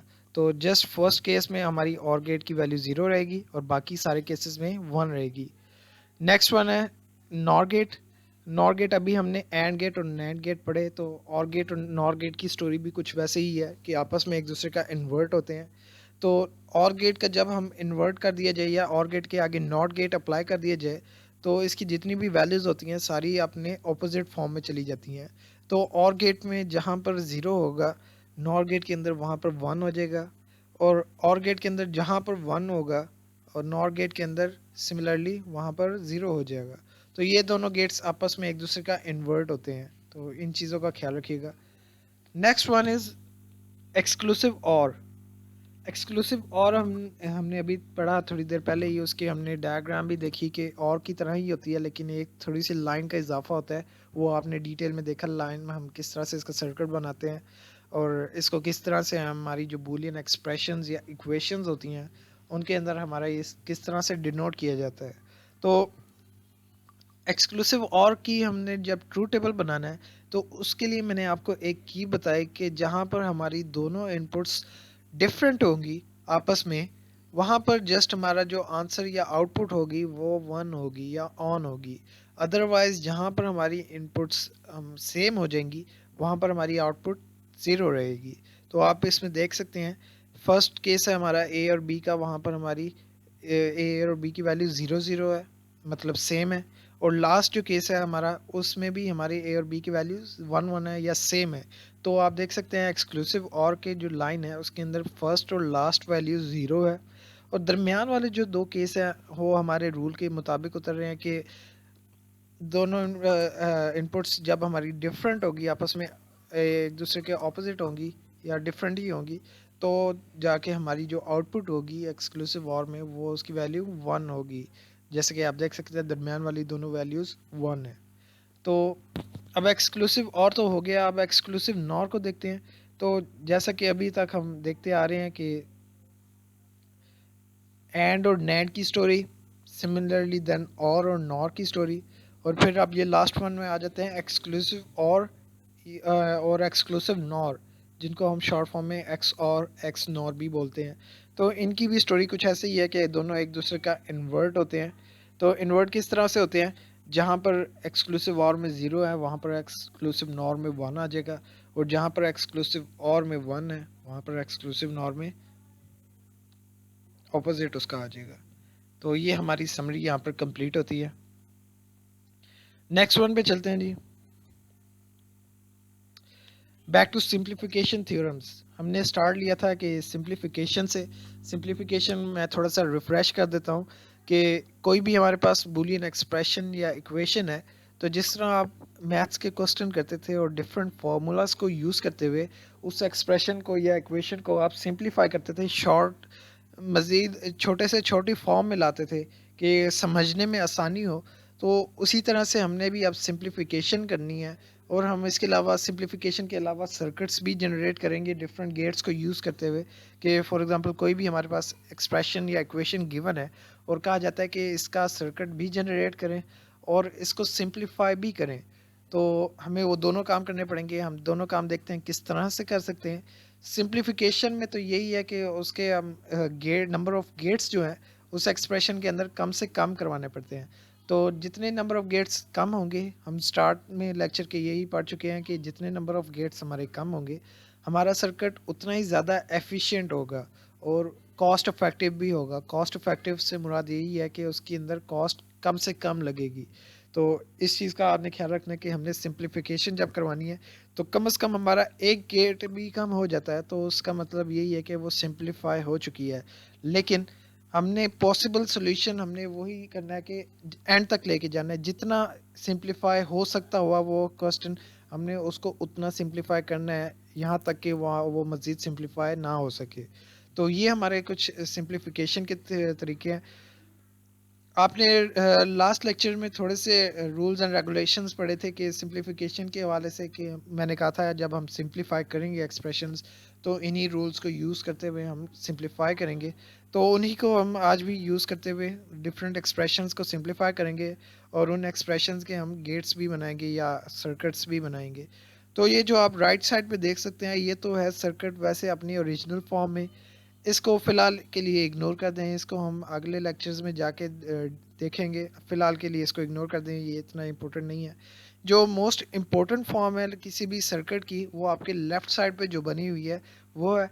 उसके अंदर हम डिफरेंट जो गेट्स हैं उनको भी रिप्रेजेंट करते हैं, डिफरेंट हमारी इनपुट्स होती हैं उनको रिप्रेजेंट करते हैं। देन हम उनके जो भी लिंक्स आपस में बने होते हैं, लिंक्स को जनरेट करके आपस में हमारी पूरी जो भी एक्सप्रेशन होती है उसको कंप्लीट कर लेते हैं।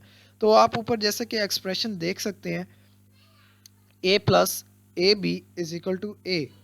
ठीक है, ये हमारी एक एक्सप्रेशन गिवन है। For example A plus A B, अब ये प्लस जो है ये असल में हो रहा है और ऑपरेशन हो रहा है, और ये जो ए बी इकट्ठा लिखा हुआ है इनके दरमियान मैंने आपको पहले भी बताया था कि जब दो वेरिएबल्स या दो इनपुट्स इकट्ठे लिखे हुए हो तो हम उनको कंसिडर करेंगे कि उनके दरमियान एंड गेट का ऑपरेशन हो रहा है या एंड गेट उनके दरमियान अप्लाई किया गया है।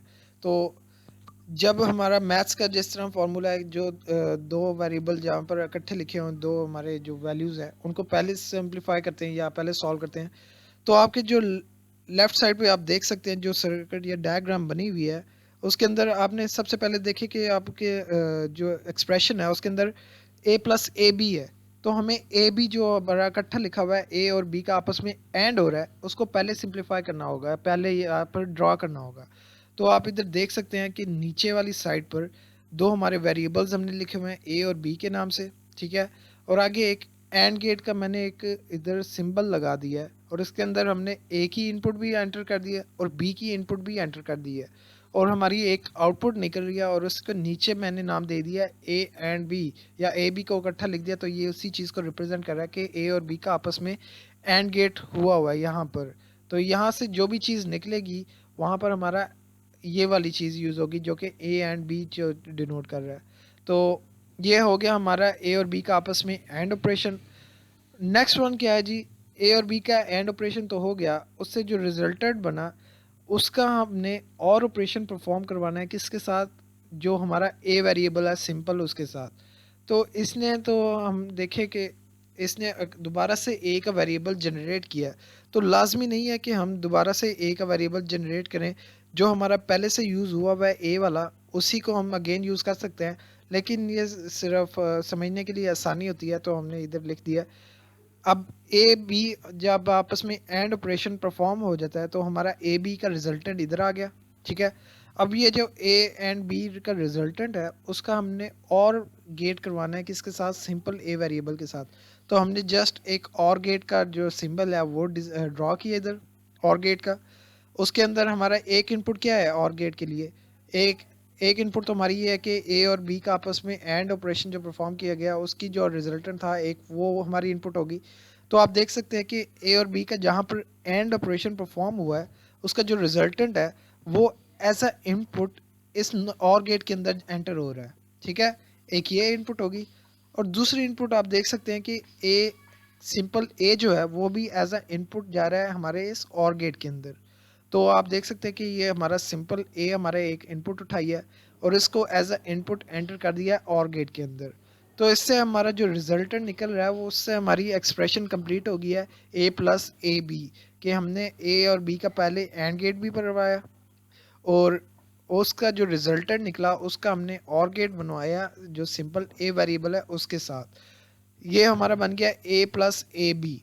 ठीक है, तो एक्सप्रेशन के अंदर कहा गया है कि ए प्लस ए बी जो है वो इक्वल है ए के, जो सिंपल ए के वेरिएबल है उसके इक्वल हम लिख सकते हैं।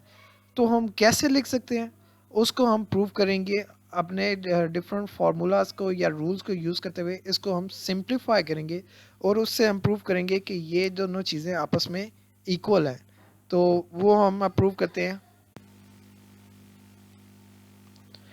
तो हमने अब प्रूव करना है कि a plus A B is equal to a। उसको हम किस तरह से प्रूव कर सकते हैं? हमें डिफरेंट फार्मूलाज या जो रूल्स एंड रेगुलेशंस हम लास्ट लेक्चर में कर चुके हैं, उन्हीं को यूज़ करते हुए हम इसको सिंप्लीफाई करेंगे।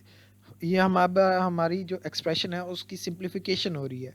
तो आप सबसे पहले तो देख सकते हैं कि फैक्टोरिंग ए आउट ऑफ बोथ टर्म्स, दोनों टर्म्स जो भी हैं ए और ए बी जो दोनों आपस में टर्म हैं, इनके अंदर से हमारा ए कॉमन आ सकता है। तो हमारा जो भी कॉमन आ सकता हो हम पहले तो उसको कॉमन निकालेंगे। पहली बात, इनमें से फॉर एग्जांपल ए कॉमन आ रहा है तो मैंने ए का कॉमन निकाल लिया, तो फर्स्ट में क्या रह गया, उसकी जगह वन ही रह गया क्योंकि उधर सिंपल ए मौजूद था। तो कॉमन ए जब निकाला तो उधर एक एक बाकी रह गया वन, प्लस ए बी में से जब ए कॉमन निकाला तो बी पीछे कॉमन यानी कि पीछे हमारा रिमाइंडर जो है वो बी रह गया। तो हमारी जो है एक्सप्रेशन वो कुछ इस फॉर्म में आ जाएगी कि ए इंटू वन प्लस बी। ठीक है, तो वन प्लस बी के बारे में अब हमें इसे सॉल्व करना पड़ेगा। तो आपने जैसे कि लास्ट क्लास में पढ़ चुके हैं कि A plus B identity law जो हमारा है कि फॉर एग्जांपल कोई भी हमारा वेरिएबल है ए है हमारा, ये इधर हमने लिखा हुआ है फॉर एग्जांपल समझाने के लिए कि ए प्लस वन हमने लास्ट टाइम यूज़ किया था, तो वो उसका रिजल्टेंट ए प्लस वन को हम लिख सकते थे वन के इक्वल है। तो हमने इधर भी वही लॉ यूज़ करते रहना है कि ये भी कुछ वैसा ही सेम सिनेरियो बन रहा है कि ए प्लस वन और इधर वन प्लस बी लिखा हुआ है इधर, तो वन प्लस बी को भी हम लिख सकते हैं, ये वाला लॉ अप्लाई कर सकते हैं, ये वाला रूल हम अप्लाई कर सकते हैं कि one plus B is equal to one. तो ये भी हमारा सेम वही रूल अप्लाई हो गया। तो वन प्लस बी की जगह हम सिंपली वन पुट कर सकते हैं। तो जहाँ पर ब्रेसेस के अंदर हमारा जस्ट वन आ जाएगा और हमारा दोबारा से आइडेंटिटी लॉ अप्लाई करेंगे, वन डॉट ए या वन एंड ए जब करवाया जाएगा तो वो सिंपली ए के इक्वल आ सकता है। या हम अगर वन को सिंपली ए से मल्टीप्लाई करवाएं तो भी हमारा, अगर मैथमेटिक्स की लैंग्वेज में बोल रहा हूँ, लेकिन यहाँ पर आपने मैथमेटिक्स की टर्म्स यूज़ नहीं करनी। यहाँ पर कोई भी अगर दो वेरिएबल्स या दो हमारी इनपुट्स इकट्ठी लिखी हुई हैं तो वो ये इसी चीज़ को डिनोट करेगा कि उनका आपस में एंड ऑपरेशन परफॉर्म हो रहा है। तो इधर हमारी दो इनपुट्स हैं, एक ए है और दूसरी वन है। तो वन और ए का आपस में एंड ऑपरेशन परफॉर्म हो रहा है। तो हमारा आइडेंटिटी लॉ एक और भी है, हमारा जो दूसरा रूल है उसमें one dot A is equal to A ही है। ठीक है, तो हमारा लास्ट पे रिमाइंडर क्या बचेगा, ए। तो हमारा ये प्रूव हो गया कि A plus A B is equal to A. हमने ये डिफरेंट हमारे जो लॉज थे उनको यूज़ करते हुए इस चीज़ को प्रूव किया है। होपफुली इस चीज़ की समझ आ चुकी होगी। तो अब चलते हैं कोई एक नेक्स्ट एक्सप्रेशंस, मैंने कुछ और एक्सप्रेशंस भी सिंप्लीफाई की हुई हैं तो वो समझ लेते हैं। उनके पहले हम उनके डायग्राम्स या उनके सर्किट्स जनरेट करेंगे, देन हम उनको सिंप्लीफिकेशन करेंगे। थोड़ी सी हमारी जो कॉम्प्लेक्स एक्सप्रेशन है ये वाली, तो इसको हम पहले प्रूव करते हैं या इसकी डायग्राम बनाते हैं। सिमिलरली हम लेफ़्ट साइड वाली जो डायग्राम है उसके ऊपर फोकस करेंगे, राइट साइड वाले सर्किट को फ़िलहाल के लिए इग्नोर कर दें। तो एक्सप्रेशन में कहता है कि a plus A dash B. अब ए डैश किस चीज़ को डिनोट कर रहा है कि कोई एक वेरिएबल है a और उसका हमने नेगेशन ली गया है या उसके ऊपर नॉट गेट अप्लाई किया गया, तो ए डैश डिनोट कर रहा है उसका नॉट ऑपरेशन परफॉर्म किया गया, ए नॉट है, नॉट ए है, या ए नेगेशन इसको बोल सकते हैं। और ए का जो नॉट नोट वाला पार्ट है यानी कि ए नेगेशन है उसका बी के साथ एंड ऑपरेशन परफॉर्म हो रहा है क्योंकि इकट्ठे लिखे हुए हैं। तो वो कहते हैं कि ए प्लस ए डैश जो बी है वो इक्वल है सिंपल ए प्लस बी के। तो ये किस तरह है उसको हम सबसे पहले तो सर्किट जनरेट करेंगे। तो लेफ्ट हैंड साइड को पहले लेते हैं और ए डैश दो हमने इनपुट्स लिख दी ए और बी की। ठीक है, ए और बी हमने सिंपली पहले तो जितनी भी हमारे पास इनपुट्स होंगी सबसे पहले तो हमने जस्ट उन इनपुट्स को लिख देना है। देन हमें ये चाहिए कि ए डैश जो है वो ए का नॉट ऑपरेशन लिया गया या नॉट गेट अप्लाई किया गया ए के ऊपर। तो हमें ऑब्वियसली पहले हमें एक नॉट गेट भी बनाना पड़ेगा। नॉट गेट क्या होता है, एक सिंपल ट्रायंगल और उसके आगे डॉट।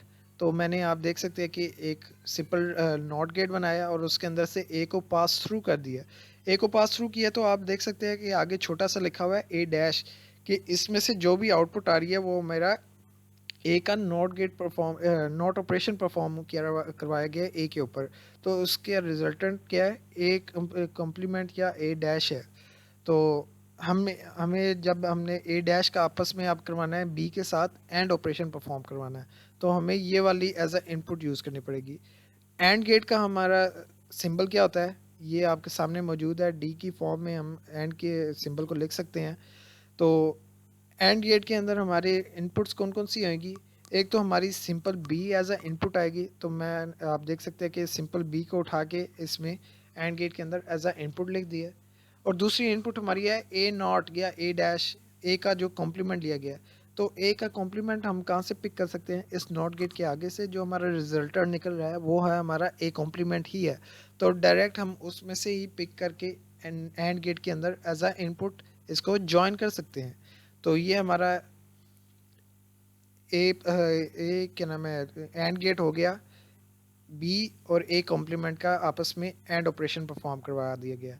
अब हमारा ये एक पार्ट तो कंप्लीट हो गया कि ए कॉम्प्लीमेंट बी का आपस में एंड ऑपरेशन हो गया। अब इस सारे का जो रिजल्टेंट है ए कॉम्प्लीमेंट और बी का जो आपस में एंड हो रहा है, उसका जो रिजल्टेंट है उसका हमने और ऑपरेशन परफॉर्म करवाना है सिंपल ए के साथ। तो और ऑपरेशन परफॉर्म करवाना है तो और गेट मैंने आगे एक लगाया, आप देख सकते हैं एक ये और गेट लगाया।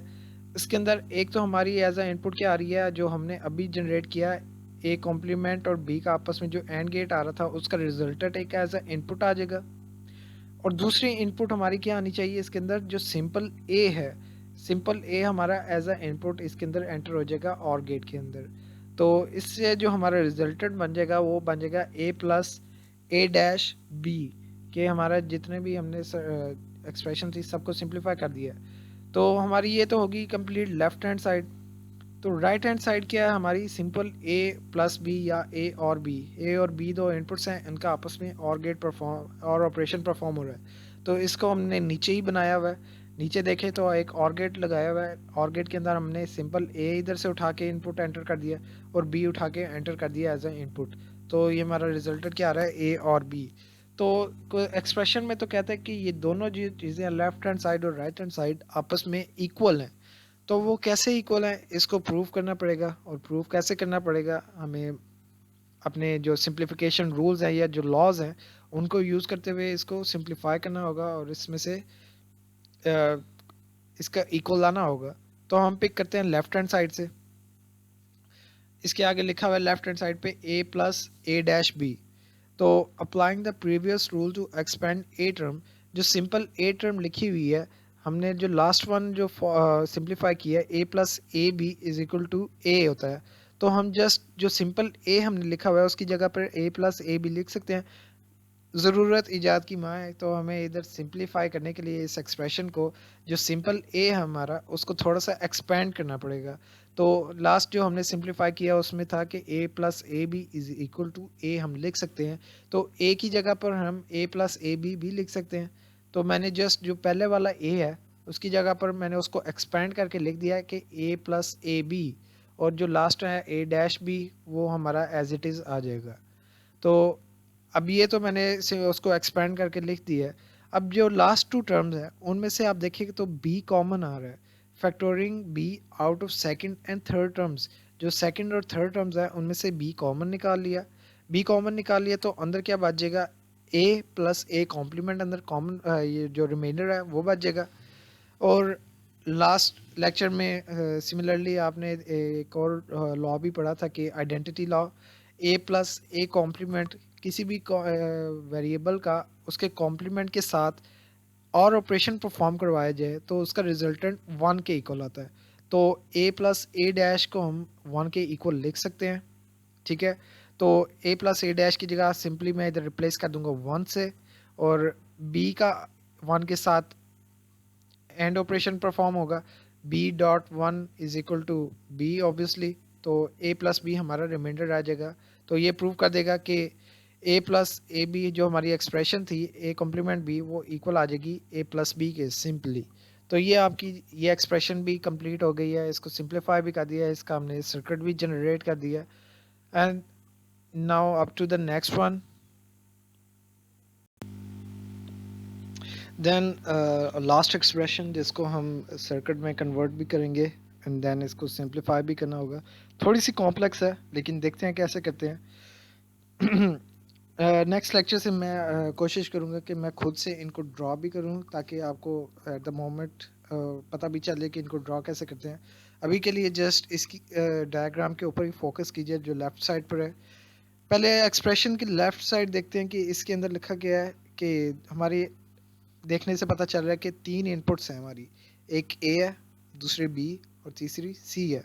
तो लेफ़्ट हैंड साइड पर हो रहा है कि पहले ए और बी का ऑर ऑपरेशन परफॉर्म हो रहा है और इसी तरीके से ए और सी का और ऑपरेशन परफॉर्म हो रहा है और फिर जो इन दोनों के रिजल्टेंट आते हैं ए और बी और ए और सी, इनके जो रिजल्टेंट है उनका आपस में एंड हो रहा है। ये जो दोनों आपस में ब्रैकेट्स से जो सेपरेट की गई हैं, ये इसी चीज़ को डिनोट कर रहा है कि इन दोनों के जो रिजल्टेंट है उनका आपस में एंड ऑपरेशन परफॉर्म करवाया जाएगा। तो हमने पहले सिंपली इनको ब्रैकेट्स के अंदर वाले को पहले सॉल्व करना होगा, देन इनके जो रिजल्टेंट्स होंगे उनका आपस में एंड करवाना होगा। तो सबसे पहले तो देखिए कि ए और बी का आपस में और ऑपरेशन परफॉर्म करवाना है। तो सबसे ऊपर मैंने एक और गेट का एक डायग्राम बनाया है, ठीक है। इसके अंदर जस्ट मैंने ए और बी को एज अ इनपुट एंटर कर दिया है और गेट के अंदर और इसका जो रिजल्टेंट इसमें से हमारा जो रिजल्ट निकलेगा उसको कहते हैं कि नाम दे देंगे ए और बी या ए प्लस बी से डिनोट कर देंगे। सिमिलरली ए और सी का और ऑपरेशन परफॉर्म हो रहा है, तो एक और एंड गेट उसी के नीचे बनाया है मैंने, उसके अंदर मैंने एक इनपुट ए दे दिया, ठीक है। आप देख सकते हैं कि ये छोटी सी इनपुट्स जो हैं उनके अंदर मैंने एक लूप भी बनाया हुआ है। लूप इसीलिए बनाया कि आपस में वायर्स हैं ना, फॉर एग्जांपल ये जो है लिंक्स हैं, ये वायर्स को ही डिनोट कर रहे हैं। तो इनकी ये 2D ट्रांसफॉर्मेशन हो रही है या 2D हमारे डायग्राम्स बन रही हैं, तो इनका आपस में कन्फ्यूजन को रिजॉल्व करने के लिए ये एक छोटा सा एक बल दे दिया या कह लें एक जंप सा है, ताकि आपको कन्फ्यूजन ना रहे कि कौन सी इनपुट किसके अंदर जा रही है।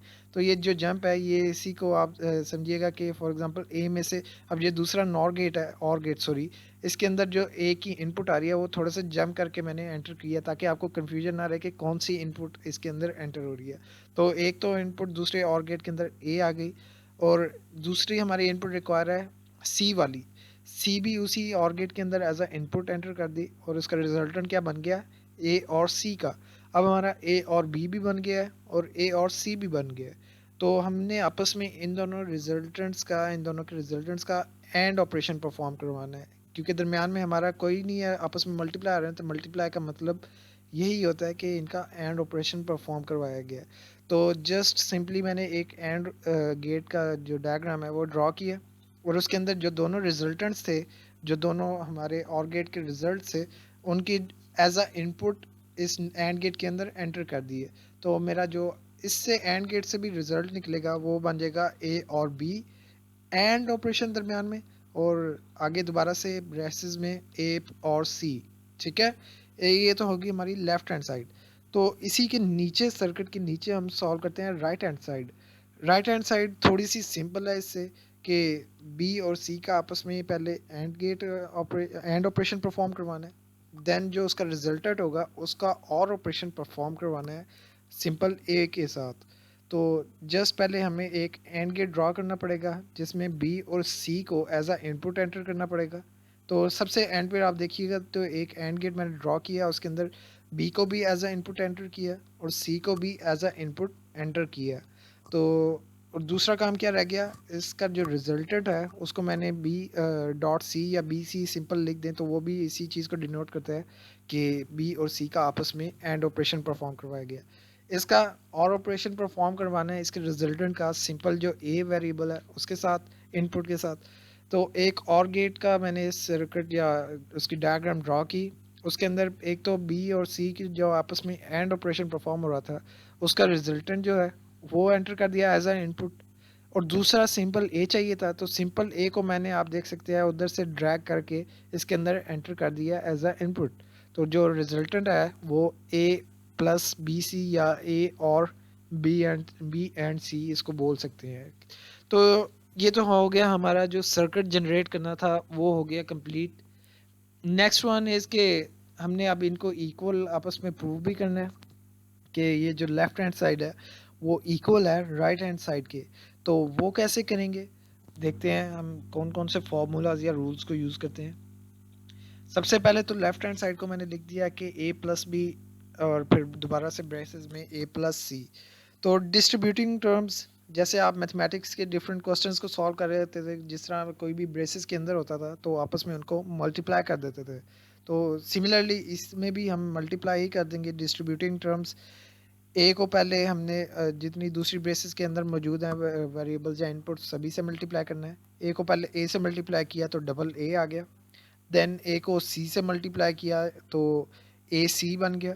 देन बी जो सेकंड वाली है पहले वाली ब्रेसेस में, बी को ए से मल्टीप्लाई किया तो ए बी या बी ए, इसको तरतीब जो मर्जी लिख लें वो मैटर नहीं करती।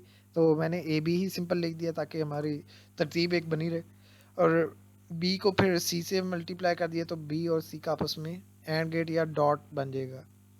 तो अप्लाइंग आइडेंटिटी एक और लॉ जो हमने पढ़ा था लास्ट लेक्चर में ही एक था, अगर आप देखेंगे गौर से तो आपको मिल जाएगा कि कोई से भी दो वेरिएबल्स का आपस में जब एंड ऑपरेशन परफॉर्म करवाया जाता है तो उसको जस्ट हम सिंपल उसी वेरिएबल के सिंगल वर्जन के इक्वल लिख सकते हैं। For example A dot A है हमने लिखा हुआ है, या ए आपस में दो मल्टीप्लाई किए हैं, ए लिखा हुआ है, तो उसको हम सिंपल ए के सिंगल ए के इक्वल लिख सकते हैं। तो इस सिनेरियो में भी जो फर्स्ट वाला वेरिएबल है उसको ए डॉट ए हो रहा है, तो उसको मैं जस्ट ए की फॉर्म में लिख सकता हूँ। तो हमारी जो एक्सप्रेशन जो थर्ड नंबर पे एक्सप्रेशन लिखी है वो हमारी बन जाएगी A plus A C plus A B plus B C. Applying rule A plus A B is equal to A. सबसे फर्स्ट वाला जो एक्सप्रेशन हमने सिंप्लीफाई किया था उसके अंदर हमने किया था कि ए प्लस ए बी को हम इक्वल लिख सकते हैं ए के। तो ये तो जस्ट हमने फार्मूलाज हैं, वेरिएबल्स के नेम कुछ भी हो सकते हैं या इनपुट्स के नेम कुछ भी हो सकते हैं। ये तो जस्ट एक स्टैंडर्ड फॉर्म है ना, A plus A B is equal to A. तो ए की जगह हम कोई और भी लिख सकते हैं इनपुट, या कोई और अल्फ़ाबेट भी लिख सकते हैं। सिमिलरली बी की जगह भी कोई और लिख सकते हैं। तो जो आपकी थर्ड वाली एक्सप्रेशन है उसके अंदर आप फर्स्ट टू जो टर्म्स हैं उनको देखिए तो वो बन जाते हैं ए प्लस ए सी। तो कुछ सिमिलर सी फॉर्म ही बन जाती है ना, कि ए प्लस ए बी वाली फॉर्म ही बन जाती है इसकी भी, ए प्लस ए सी की। तो इसको भी मैं ए प्लस ए सी जो है उसको सिंपल ए के इक्वल लिख सकता हूँ अपने फार्मूला को यूज़ करते हुए। तो ए प्लस ए सी की को मैंने रिप्लेस कर दिया सिंपल ए से, प्लस ए बी और plus B C as it is आ जाएंगी इसके अंदर। देन अगेन वही rule A plus A B is equal to A को यूज़ करते हुए सेम हमारी वही फॉर्म जनरेट हो रही है कि A plus A B first two forms terms आ रही हैं, तो उनको मैं रिप्लेस कर सकता हूँ सिंपल ए से। तो हमारा जो रिमाइंडर है वो बचेगा ए प्लस बी सी। तो ये हमारी लेफ्ट हैंड साइड इक्वल आ जाती है राइट हैंड साइड के। तो ये हमारी सिंपल सा यानी कि इसकी सिंप्लीफिकेशन थी। होपफुली इसमें आपको कन्फ्यूजन नहीं होगी। आप देख सकते हैं कि हमने डिफरेंट अपने जो आइडेंटिटी लॉस या कोई भी डिफरेंट रूल्स जो हमने लास्ट लेक्चर में देखे थे उन्हीं को यूज़ करते हुए हमने सिंप्लीफाई किया। कोई हमने बाहर से कोई इस तरह से रॉकेट साइंस अप्लाई नहीं की, जस्ट सिंपल से हमने फार्मूलाज देखे थे उन्हीं को अप्लाई करते हुए हमने ये अपनी सिंप्लीफिकेशन भी की। और सर्किट्स जनरेट करना तो बहुत ज़्यादा ही वैसे एक मज़े का काम है, एक एक्टिविटी है। बंदा इसके अंदर थोड़े से कॉम्प्लेक्स सर्किट हो तो बंदे खुद से एक चैलेंज के तौर पर लेता है कि काफ़ी ये वैसे फन वे है अगर आपको सही से प्रॉपर वे में समझ आई हो तो next one is the consensus theorem. अब ये कोई एक थ्योरम है जो कि आल्सो सिंप्लीफिकेशन में ही यूज़ होता है। इसको हम किस तरह से करेंगे, थोड़ा सा बाकियों से हटके है या इसको कह लें थोड़ा सा बीच में से कॉम्प्लेक्स है। तो इसके मैंने एक आपको एक वीडियो अलहदा से बनाई है, मैं उसी के अंदर एक्सप्लेन किया करता हूँ दोबारा से कि कंसेंसस थ्योरम होता क्या है और इसके अंदर वर्किंग क्या होती है। तो इसी को देखते हैं। तो कंसेंसस थ्योरम में बताया गया है कि we have to remove the redundant terms from the expressions. कोई भी एक्सप्रेशन है उसके अंदर हमें जो रिडंडेंट टर्म है, रिडंडेंट टर्म क्या होती है, वैसे तो रिडंडेंट का वर्ड यूज़ होता है जो रेपिटेशन के लिए। कोई ऐसी टर्म जो रिपीट हो रही है किसी हवाले से उसको हमने रिमूव करना है किसी भी एक्सप्रेशन के अंदर, तो वो इस थ्योरम का बेसिक टास्क है कि कोई भी एक्सप्रेशन है उसके अंदर से रिडंडेंट टर्म्स जितनी भी होंगी उनको रिमूव करना है। ये जो रिडंडेंट टर्म्स है वो किस तरह से उनको आइडेंटिफाई करेंगे, इसके कुछ अपने रूल्स हैं कंसेंसस थ्योरम के अंदर। तो ये इन रिडंडेंट टर्म्स को एक और नाम भी दिया जाता है जिनको हम कहते हैं कंसेंसस टर्म। इनको रिडंडेंट टर्म्स भी बोलते हैं, और कंसेंसस टर्म अगर बोलना चाहे तो वो भी हम वर्ड यूज़ कर सकते हैं, जो कि मैंने आगे लिखा कि these redundant terms are also called the consensus term. For more detail will go to another video. मैंने एक और, जैसा कि आपको बताया, कि वीडियो एक बनाई हुई है जिसके अंदर जस्ट हैंड रिटन फॉर्म में थोड़ा सा बताया गया है कि कंसेंसस थ्योरम क्या होता है, इसके अंदर एक्सप्रेशंस को किस तरह से सिंप्लीफाई किया जाता है, और ये जो रिडंडेंट या कंसेंसस टर्म्स हैं इनको किस तरह से आइडेंटिफाई करके एलिमिनेट किया जाता है। असल हमारा काम तो यही है कि जो भी हमारी रिडंडेंट या कंसेंसस टर्म्स हैं उनको हमने आइडेंटिफाई करके किसी एक्सप्रेशंस के अंदर से उनको एलिमिनेट या ख़त्म करना है, ताकि हमारी एक्सप्रेशन जो है वो सिंप्लीफाइड फॉर्म में जाए। तो उसके लिए चलते हैं अपनी वीडियो की तरफ। तो वीडियो के अंदर आप जैसा कि देख सकते हैं कि कंसेंसस थ्योरम एग्जांपल्स कुछ लिखी हुई हैं। इसके अंदर दो फार्मूलाज लेफ़्ट साइड पर भी ब्लू में लिखा हुआ है फॉर्म है, और राइट साइड पर भी एक ब्लू में लिखा हुआ है। तो ये कुछ फार्मूलाज हैं, इनके ऊपर पहले जो लेफ़्ट साइड पे ब्लू में लिखा हुआ है उसके ऊपर फोकस करते हैं कि A B plus A complement C plus B C is equal to A B plus A C. तो आप देख सकते हैं कि इसका जो बेसिक तरीका है उसके अंदर हमें यही देखना था कि जितनी भी एक्सप्रेशन है हम इसके लेफ़्ट साइड को सॉल्व करेंगे, और राइट साइड पे आप देखें तो एक टर्म मिसिंग है। लेफ़्ट साइड पे 3 टर्म्स हैं और राइट साइड पे 2 टर्म्स हैं। तो एक टर्म कौन सी मिसिंग है? बी सी वाली। तो उसको बी सी को हमने इसमें कहा था कि ये एक रिडंडेंट टर्म है या कंसेंसस टर्म है, और उसको एलिमिनेट कर दिया था। लेकिन उसको किस बेस पर कहा गया था कि ये रिडंडेंट टर्म है या जो है कंसेंसस टर्म है, वो देखते हैं। इसमें से पहले तो ये है कि हमें कोई ऐसा वेरिएबल, सिंपल वेरिएबल ढूंढना होता है जिसका उस एक्सप्रेशन के अंदर कॉम्प्लीमेंट भी मौजूद हो। तो लेफ्ट हैंड साइड पे आप जैसा कि देख सकते हैं कि स्टार्ट हो रहा है ए बी से, तो ए हमारा सिंपल वेरिएबल भी मौजूद है, और देखें तो आप ए का कॉम्प्लीमेंट भी मौजूद है अगले वेरिएबल के अंदर, ए बी। और अगला कॉम्प्लीमेंट के अगले वेरिएबल के अंदर जो अगली टर्म है उसके अंदर ए कॉम्प्लीमेंट सी है। तो हमारा फर्स्ट वाले वेरिएबल, जो वेरिएबल या टर्म है उसके अंदर ए भी मौजूद है और ए का कॉम्प्लीमेंट भी मौजूद है। ये तो आ गया हमारा सिंपल वेरिएबल, और उसका कॉम्प्लीमेंट आइडेंटिफाई हो चुका है। अब देखना है कि वो सिंपल वेरिएबल के साथ कौन सा हमारा वेरिएबल है, और जो हमारा कॉम्प्लीमेंट वाला है वेरिएबल उसके साथ कौन कौन से वेरिएबल हैं। तो फर्स्ट वाला क्या है? ए के साथ मौजूद है बी, ठीक है। और दूसरे वाले कॉम्प्लीमेंट के ए, जो एक कॉम्प्लीमेंट है उसके साथ कौन सा मौजूद है? सी। तो बी और सी को जब आपस में ज्वाइन करके लिख देंगे, और वो हमारी बन जाएगी रिडंडेंट टर्म। और अगर हमारी रिडंडेंट टर्म, हमने वैसे वो तो हमने अपने तरीके से बना ली कि ये बी और सी आपस में इसकी रिडंडेंट टर्म होगी। तो अगर वो रिडंडेंट टर्म उस एक्सप्रेशन के अंदर मौजूद भी हो तो हम कह देंगे कि हम इसको एलिमिनेट कर सकते हैं। लाजमी नहीं है कि रिडंडेंट टर्म हर बार मौजूद हो बीच में। तो लेकिन इस केस में हमने कहा कि ए के साथ बी मौजूद है, और ए का कॉम्प्लीमेंट भी तो मौजूद है इस एक्सप्रेशन के साथ, तो उसके साथ कौन सा वेरिएबल है? सी है। तो ए के साथ बी है और ए कॉम्प्लीमेंट के साथ सी है, तो बी और सी को हम जॉइन करके बना देंगे इसकी रिडंडेंट टर्म। और अगर देखेंगे कि अब ये रिडंडेंट टर्म इस एक्सप्रेशन के अंदर मौजूद है तो उसको हम एलिमिनेट करके लिख सकते हैं। तो सिंपली इन्होंने एलिमिनेट करके लिख दिया, और ए तो राइट हैंड साइड पे आप देख सकते हैं कि बी सी मौजूद नहीं है। इसका मतलब यही है कि वो रिडंडेंट टर्म थी और उसको रिमूव कर दिया है।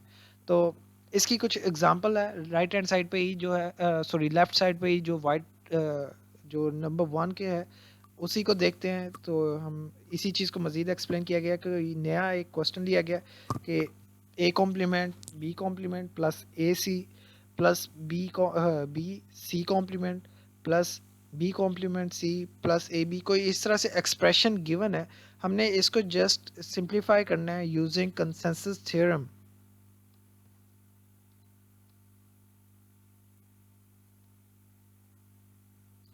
तो मैं इस वीडियो को प्ले करता हूँ।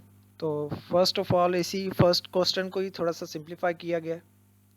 ये जो अभी ब्लू फॉर्म में यही बताया गया कि जो थ्योरम है किस तरह से वर्किंग होती है। आप देख सकते हैं इसको पहले सिंप्लीफाई कराया गया। तो क्वेश्चन 1 जो है इसको पहले सिंप्लीफाई करवाया गया, एक्सप्लेन किया गया कि ए कॉम्प्लीमेंट और B complement. First of all तो हमें सिंपल एक वेरिएबल ओरिजिनल फॉर्म में और उसका कॉम्प्लीमेंट ढूंढना है। तो पहली जो दो टर्म्स हैं उसके अंदर आप देख सकते हैं कि पहली दूसरी टर्म के अंदर एक ए मौजूद है अपने ओरिजिनल फॉर्म में, और पहली टर्म में उसका कॉम्प्लीमेंट भी मौजूद है। तो हमें ए और ए का कॉम्प्लीमेंट मिल गया, एक सिंपल एक ओरिजिनल वेरिएबल और उसका कॉम्प्लीमेंट ढूंढ रहे थे हमें, वो मिल गया। दूसरी टर्म में ए मौजूद है और पहली टर्म में ए कॉम्प्लीमेंट मौजूद है। तो हम देखेंगे इनके साथ कौन कौन से वेरिएबल्स मौजूद हैं। ए कॉम्प्लीमेंट के साथ मौजूद है बी कॉम्प्लीमेंट, और एक सिंपल ए जो ओरिजिनल फॉर्म है उसके साथ मौजूद है सी। तो साथ कौन से मौजूद है, बी कॉम्प्लीमेंट और सी मौजूद है। तो इनको हम ज्वाइन करके लिख देंगे कि बी कॉम्प्लीमेंट सी इसकी रिडंडेंट टर्म है। अगर वो इस एक्सप्रेशन के अंदर मौजूद हुई तो हम उसको एलिमिनेट कर सकते हैं। जैसे कि आप वीडियो को कंटिन्यू करता हूँ मैं, तो अब अब इसी चीज़ को बताया गया कि बी कॉम्प्लीमेंट और सी दोनों के साथ हमारे जो रिमाइंडर हैं उनको ज्वाइन करके जब लिखेंगे तो वो बन जाएगी हमारी कंसेंसस टर्म या रिडंडेंट टर्म बन जाएगी। और वो फिर चेक करेंगे कि उस एक्सप्रेशन के अंदर मौजूद है। तो हमें जैसा कि देख सकते हैं कि बी कॉम्प्लीमेंट सी मौजूद है, उसको अंडरलाइन कर दिया है। तो ये आ जाएगी हमारी रिडंडेंट टर्म है, इसको हम सिंप्लीफाई करके या इसको हम एलिमिनेट कर सकते हैं। तो जस्ट इसको एलिमिनेट कर दिया मैंने इसी कंसेंसस थ्योरम का यूज़ करते हुए। तो मैं इसको मज़ीद सिंप्लीफाई फॉर्म को लिखूंगा आगे, A complement B complement plus B C complement plus A B.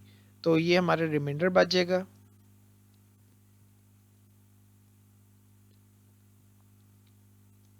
Then again हम इसमें से कोई ओरिजिनल वेरिएबल और उसका कॉम्प्लीमेंट ढूंढेंगे। तो देखते हैं किस किस को मिल सकता है। सबसे पहले अब दरमियान वाली जो दो टर्म्स हैं उसके अंदर दूसरे वाली में मुझे एक सी मिल गया और तीसरे वाले में सी कॉम्प्लीमेंट मिल गया, एक ओरिजिनल वेरिएबल और उसका कॉम्प्लीमेंट भी मिल गया मुझे। तो देखता हूँ इसके साथ वाले जो मौजूद है वो उसका कंसेंसस टर्म बनेगा।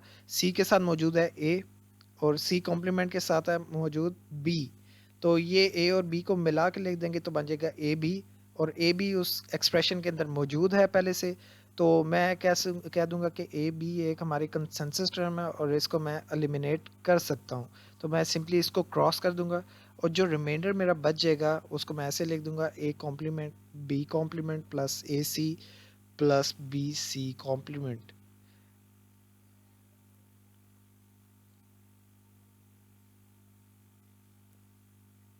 देन अगेन मैं दोबारा से ओरिजिनल वेरिएबल और उसके कॉम्प्लीमेंट को ढूंढूंगा। तो मैं देख सकता हूँ कि पहले वाले में ए कॉम्प्लीमेंट मौजूद है और दूसरी टर्म में सिंपल ओरिजिनल ए मौजूद है।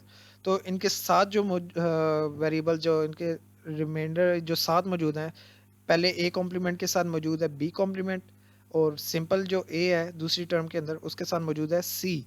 तो मैं बी कॉम्प्लीमेंट और सी को ज्वाइन करके लिख दूंगा तो वो बन जाएगा मेरा रिमाइंडर जो कि कंसेंसस टर्म है और उस एक्सप्रेशन के अंदर भी मौजूद है। तो बी कॉम्प्लीमेंट सी मौजूद नहीं है, ये बी सी कॉम्प्लीमेंट है, ये यानी कि थोड़ा सा उलट है। तो मैं इसको रिमूव नहीं कर पाऊंगा। तो जस्ट मेरा रिमाइंडर बच जाएगा A complement B complement plus A C plus B C complement. क्योंकि अब देखें तो ए और ए कॉम्प्लीमेंट के साथ कौन कौन से मौजूद थे, बी कॉम्प्लीमेंट सी, लेकिन बी कॉम्प्लीमेंट सी तो इस एक्सप्रेशन के अंदर मौजूद ही नहीं है। इस एक्सप्रेशन के अंदर मौजूद है बी सी का कॉम्प्लीमेंट। ठीक है, अगर बी का कॉम्प्लीमेंट होता है और सी सिंपल होता तो हम एलिमिनेट कर सकते थे, लेकिन इस फॉर्म में हम एलिमिनेट नहीं कर सकते और ये एज इट इज़ आ जाएगी ये सिंप्लीफाइड फॉर्म में।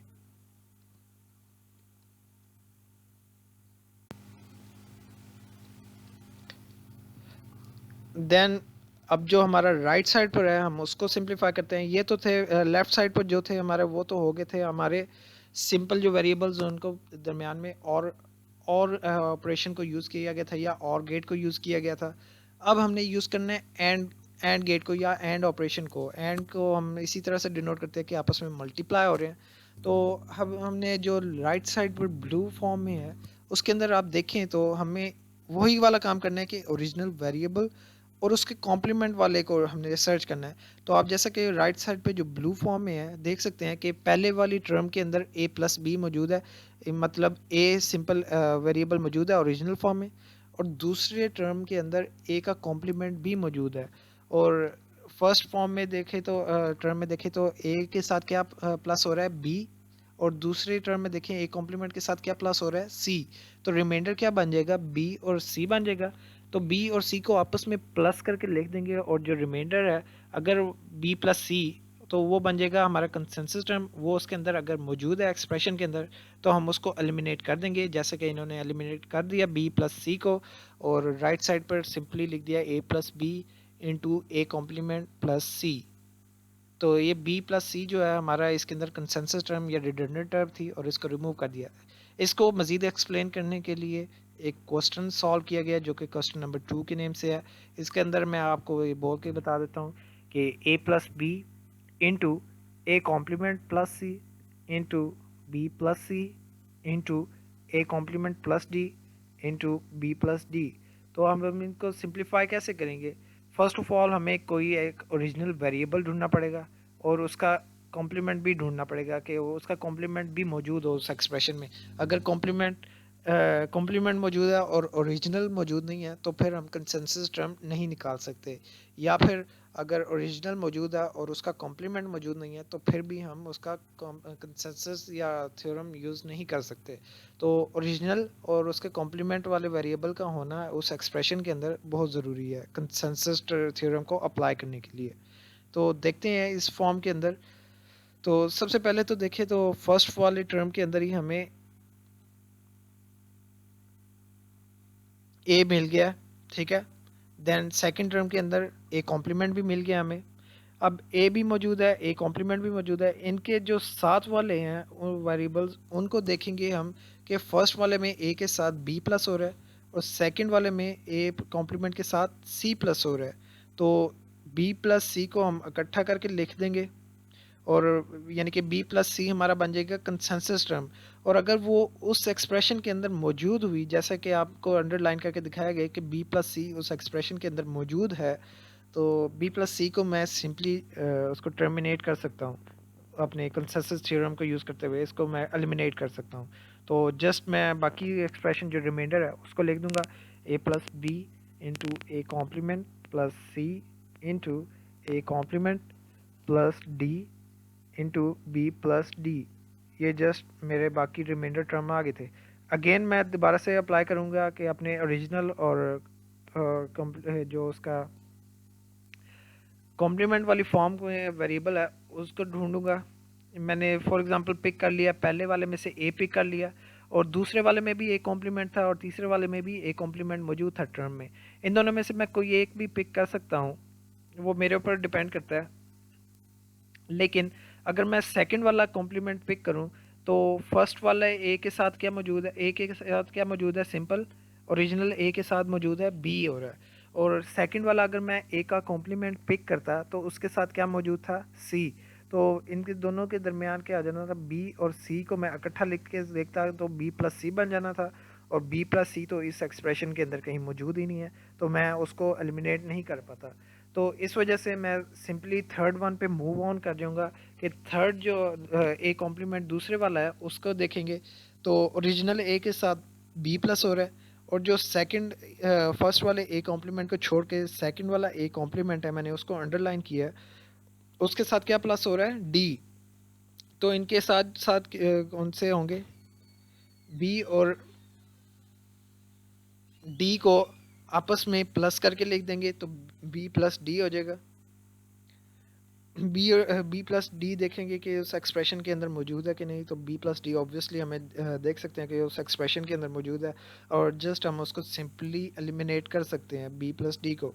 तो बाकी जो रिमाइंडर बचेगा हम उसको एज इट इज़ अपनी एक्सप्रेशन के अंदर लिख देंगे, A plus B into A complement plus C into A complement plus D.